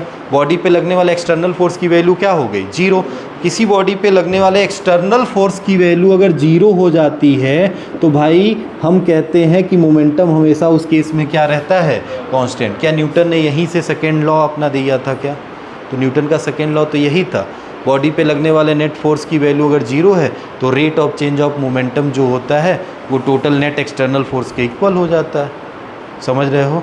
तो यही बात यहाँ पे भी तो लागू होगी, बस वहाँ पे लीनियर मोमेंटम है और यहाँ पे कौन सा मोमेंटम है? एंगुलर। यहाँ पे कौन 0 हो रहा है? F external. यहाँ पे टाउ होता है, फोर्स की जगह कौन ले लेता है? टॉर्क ले लेता है। मतलब किसी बॉडी पे लगने वाले नेट एक्सटर्नल टॉर्क की वैल्यू अगर 0 हो जाती है तो क्या एल हो जाएगा? कांस्टेंट। क्या ये है कंजर्वेशन ऑफ मोमेंटम? समझे हो? अच्छा सर यहाँ पे हम टॉर्क को देखिए थोड़ा ध्यान से, हम एक फॉर्मूला पढ़े हैं, अभी लिखते हैं हम F इज इक्वल टू, यहाँ पे क्या लिखते हैं? रेट चेंज ऑफ मोमेंटम लिखा जाता है ना। इसका हम इसमें पढ़े हैं रोटेशनल में, रोटेशनल वाले चैप्टर में इसका एनालॉगी क्या था? फोर्स की जगह कौन लिया था? टाउ, और P की जगह पे कौन लिया था? dl/dt लिया था ना। ये फॉर्मूला पढ़े हो, याद है? अरे टॉर्क इज इक्वल टू, मैंने बताया था ना आपको, tau is equal to dl/dt भी होता है, न्यूटन का सेकेंड लॉ है ये। तो tau is equal to dl/dt जो दिखाई दे रहा है हम वहीं से स्टार्ट कर रहे हैं। Sir tau is equal to dl/dt होता है, ठीक है। इफ बॉडी पे लगने वाले नेट टॉर्क की वैल्यू 0 है तो क्या dl/dt किसके इक्वल हो जाएगा? 0 के, क्योंकि यही तो नेट टॉर्क है। और मैंने बोला इफ टाउ नेट इज 0 तो टाउ नेट की जगह पे क्या 0 रखना पड़ेगा, तो dl/dt 0 हो गया। तो सर dl/dt में L का ही तो डिफ्रेंशिएशन कर रहे हैं आप, तो किसी का डिफ्रेंशिएशन 0 कब होता है? जब वो क्या बन जाता है? कांस्टेंट भाई, तभी तो उसका डिफ्रेंशिएशन 0 होगा। तो d/dt टाइम के रिस्पेक्ट में मोमेंटम में कोई चेंज नहीं है, कोई चेंज नहीं है, तभी तो उसका डिफ्रेंशिएशन 0 आ रहा है। वो टाइम का फंक्शन है ही नहीं। तुम टाइम कितना भी बढ़ा लो घटा लो, क्योंकि तुमने उस पर फोर्स जो लगाया है वो फोर्स की वैल्यू क्या हो गई है? 0। इसका मतलब L क्या हो गया? कांस्टेंट हो गया। अच्छा L क्या होता है? तो सर L होता है I इंटू ओमेगा, एक टर्म में तो ये भी L होता है, तो इसका मतलब I इंटू ओमेगा भी क्या रहा होगा? कांस्टेंट। और sir I into omega constant का मतलब है कि I is the inversely proportional to क्या रहा होगा? ओमेगा। मतलब एक चीज़ अगर बढ़ेगी तो दूसरी क्या होगी? घटेगी। या मोमेंट ऑफ इनर्शिया अगर बढ़ेगा तो ओमेगा घटेगा। समझ रहे हो? मैं इस रिलेशन से क्या ये रिलेशन लिख सकता हूँ, I1 omega 1 is equal to I2 omega 2 I3 omega 3, क्या ये सब इक्वल होंगे क्या? क्योंकि सब कांस्टेंट है ना, जो पहले था वही कहाँ रहेगा, बाद में एक बढ़ेगा तो दूसरा घट जाएगा, मैनेज हो जाएगा। जैसे मान लो ये 10 है, बस ऐसे समझो ये 10 है तो ये भी 10 होगा। तो सर कैसे हुआ होगा? तो सर अगर मोमेंट ऑफ इनर्शिया 2 है तो ये 5 रहा होगा। तो मोमेंट ऑफ इनर्शिया अगर हमने बढ़ा दिया, 5 कर दिया, तो क्या ये 2 हो जाएगा? तो 5 2 जा 10, 5 2 जा 10, ऐसे ही चलता जाएगा। समझ रहे इतनी बात? एक बढ़ाओगे तो दूसरा अपने आप क्या हो जाएगा, घट जाएगा, क्योंकि I इंटू ओमेगा क्या है, कांस्टेंट। अब तुम्हें समझ में नहीं आ रहा होगा कि भाई इसका क्या मतलब है, बट अब तुम समझो। देखो मैं बता रहा हूँ, डेली लाइफ में हम इसका यूज़ कर सकते हैं और करते हैं। जितने भी प्लानिटरी, हम इसके एप्लीकेशन की बात करते हैं, एप्लीकेशन, इसके एप्लीकेशन के, तुम्हें बस एक फार्मूला मिल गया है भाई, बहुत न्यूमेरिकल बनते हैं कंजर्वेशन ऑफ मोमेंटम से। आपने देखा होगा कंजर्वेशन ऑफ लीनियर मोमेंटम में आप बुलेट उलेट वाला जितना क्वेश्चन था सब उसी से करते थे। यहाँ पे भी बहुत न्यूमेरिकल बनेगा एंगुलर मोमेंटम में। बस ये याद रखना है, आई ओमेगा क्या होता है, कांस्टेंट। एल कब कांस्टेंट होता है, जब एक्सटर्नल टॉर्क की वैल्यू क्या हो जाती है, 0। इसी टर्म में हम ये लिख सकते हैं, जैसे उसमें लिखते थे ना ऐसे, m1 v1 is equal to, लिखते थे, मोमेंटम कंजर्व होता था, तो यहाँ क्या लिखोगे, I1 omega 1 is equal to I2 omega 2, ऐसे चलता जाएगा। और भी होता तो यहाँ पे M3 V3 सब इक्वल होते हैं। वही कहानी यहाँ लिखा हूँ मैं। एप्लीकेशन में आओ, प्लैनेटरी मोशन, किसी भी प्लैनेट का मोशन क्या हमेशा कांस्टेंट रहता है क्या, उसका मोमेंटम? क्या अर्थ रोटेट करती है? तुम्हें कभी ऐसा, अर्थ क्या है, अपने एक्सिस के अबाउट छोड़ दो, चलो अपने एक्सिस के अबाउट ही देख लो, अर्थ रोटेट करती, कभी तुमने देखा है कि कोई दिन 25 घंटे का हो गया? नहीं। कोई दिन ऐसा भी हुआ 20 घंटे का हुआ? नहीं। सारे दिन 24 घंटे के ही हुए। क्यों हुए? क्योंकि अर्थ का मोमेंटम कंजर्व है, रोटेशनल मोमेंटम कंजर्व है। तो क्या वो रोटेट कर रही है कांस्टेंट, मतलब उस पर लगने वाले नेट टॉर्क की वैल्यू क्या है, 0। जब उस पर कोई टॉर्क ही नहीं लग रहा है तो क्या उसका मोमेंटम कंजर्व रहेगा? जो पहले था वो बाद में रहेगा, मतलब वही चलता जाएगा। समझ रहे हो? तो प्लैनेटरी मोशन हो गया। ठीक है, दूसरा बताओ, दूसरा क्या कह सकते हैं? जैसे मान लो हम ऐसे बोलें, स्विमर लिखो, डाइवर्स लिख सकते हो, डाइवर्स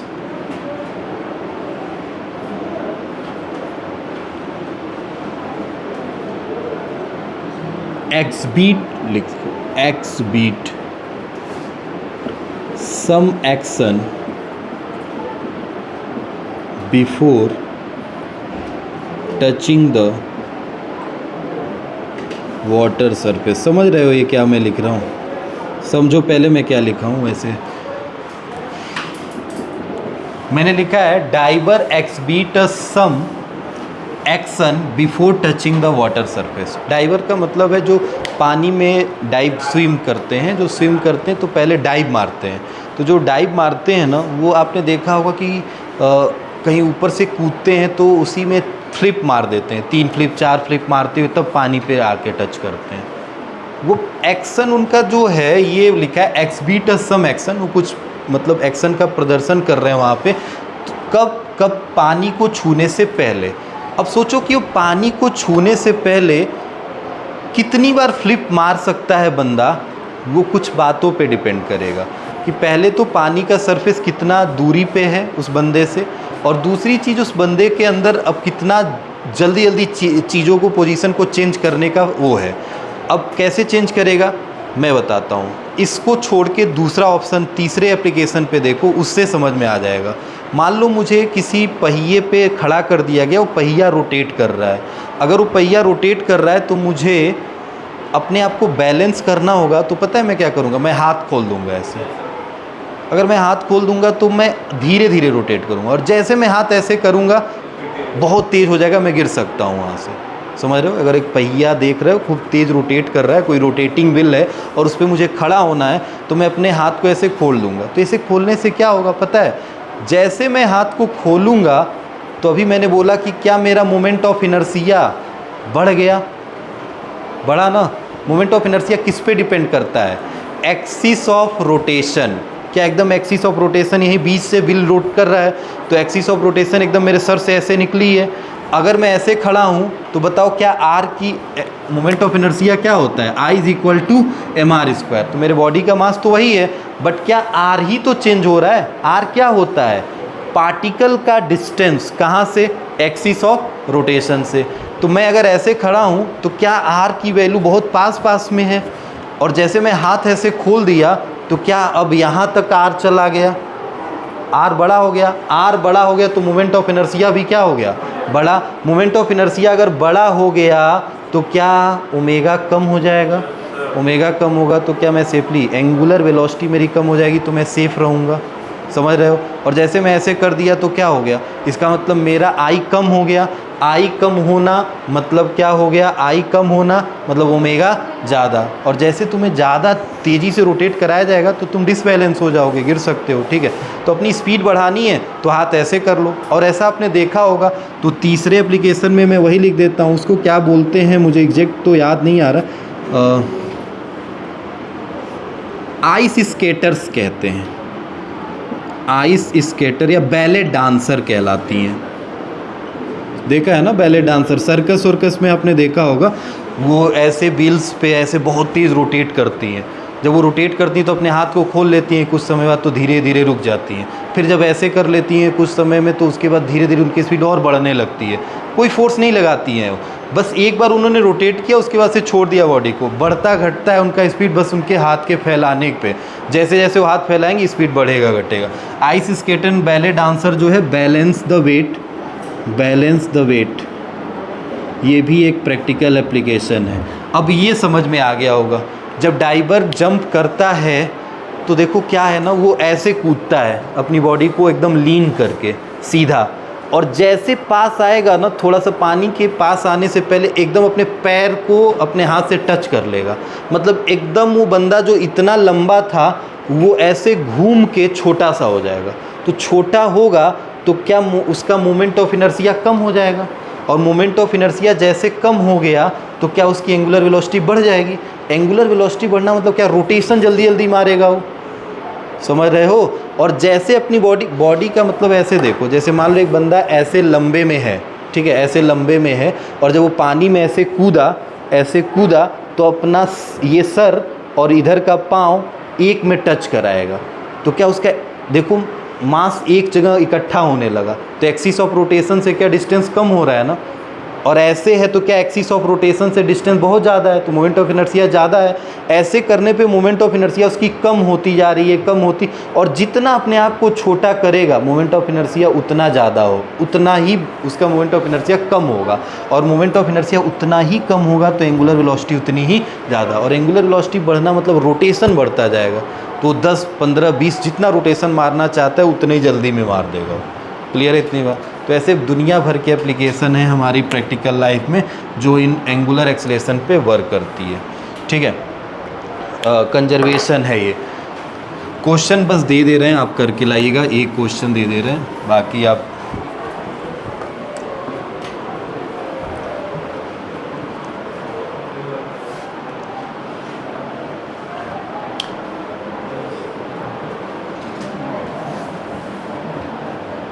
इसमें एक एप्लीकेशन जैसे आप याद करके मत बैठिएगा, बट आप आएगा ऐसे रिलेटेड तो समझ जाएंगे। बहुत एप्लीकेशन हो सकते हैं, जैसे मैं ये नहीं बोल रहा हूँ कि यही 3 है। आप और कहाँ देखें, रोटेशन के कुछ केस में बताइए, तब तक हो सके मुझे भी याद आ जाए, तब तक मैं क्वेश्चन लिख रहा हूँ। कहीं देखा है? नहीं, मैं बताऊँ। The maximum and minimum distance, पहले एक क्वेश्चन लिख लें। टॉर्नेडो देखे हो? चक्रवात देखे हो? चक्रवात,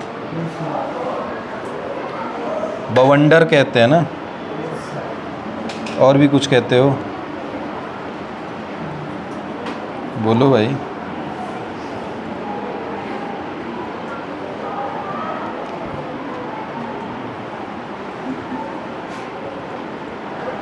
क्वेश्चन है the maximum and minimum distance of a comet.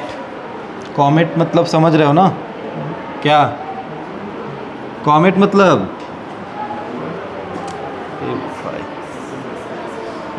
हाँ बोलो। उल्का पिंड नाम सुना है? टूटता हुआ तारा कॉमेट है। The maximum and minimum distance of the comet from the sun. Sun के पास बहुत सारे कॉमेट घूमते रहते हैं ना। Comet from the sun are 1.4 into 10 to the power 12 meter and 7 into 10 to the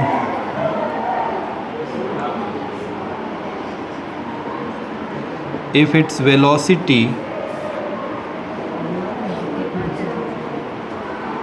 paper ख़त्म हुआ है, खुशी है। सर इतना डेंजर पेपर बना दिए थे इसका।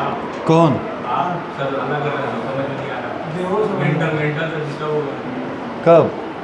एग्जाम डालने थे एग्जाम। पेपर थोड़ा रियलाइज होना चाहिए ना कि बोर्ड में कैसे आता है। ऐसे बहुत हवा में उड़ रहे थे सब।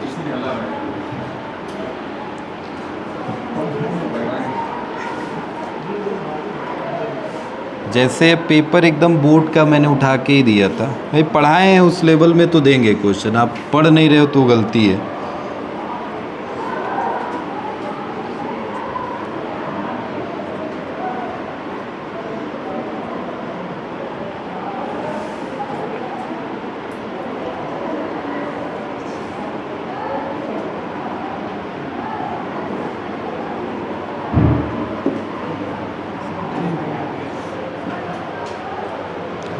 ये जितना भी मोशन है ना वो सर्कुलर है। ब्रैकेट में चाहे तो लिख लेना assume that the comet motion in a circular form. ठीक है।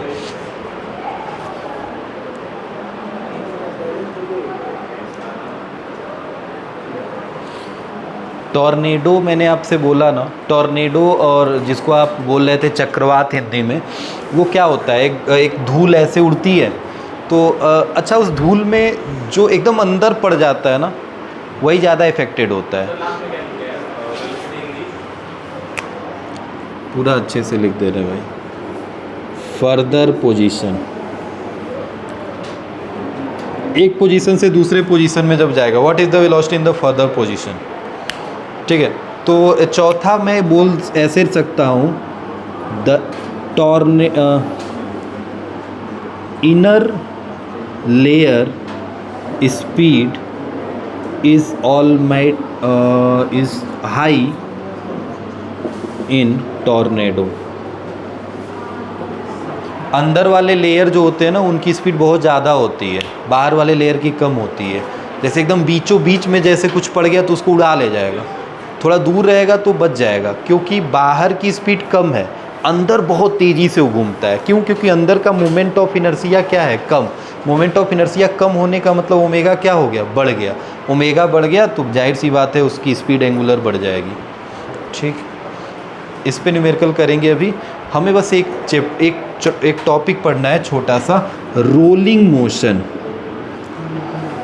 ये अलग है भाई, कॉन्सेप्ट ही पूरा, कहानी ही अलग है। हाँ, इससे कोई बहुत ज़्यादा लेना देना नहीं है। रोलिंग है, रोलिंग का मतलब कोई बॉडी रोल कर रही है तो उसमें दोनों कहानी पढ़ेंगे, लीनियर रोटेशनल दोनों का मिक्सअप रहेगा वो। ठीक है। इसमें प्योरली रोटेशनल मोशन था, अब रोलिंग होगा। रोलिंग मतलब बॉल ऐसे आपने डगरा दिया तो रोल किया तो उसमें ट्रांसलेटरी मोशन के साथ साथ कैसा मोशन आ जाएगा? रोटेशनल भी, दोनों एक साथ आएंगे। ठीक है। एक दिन का लेक्चर है।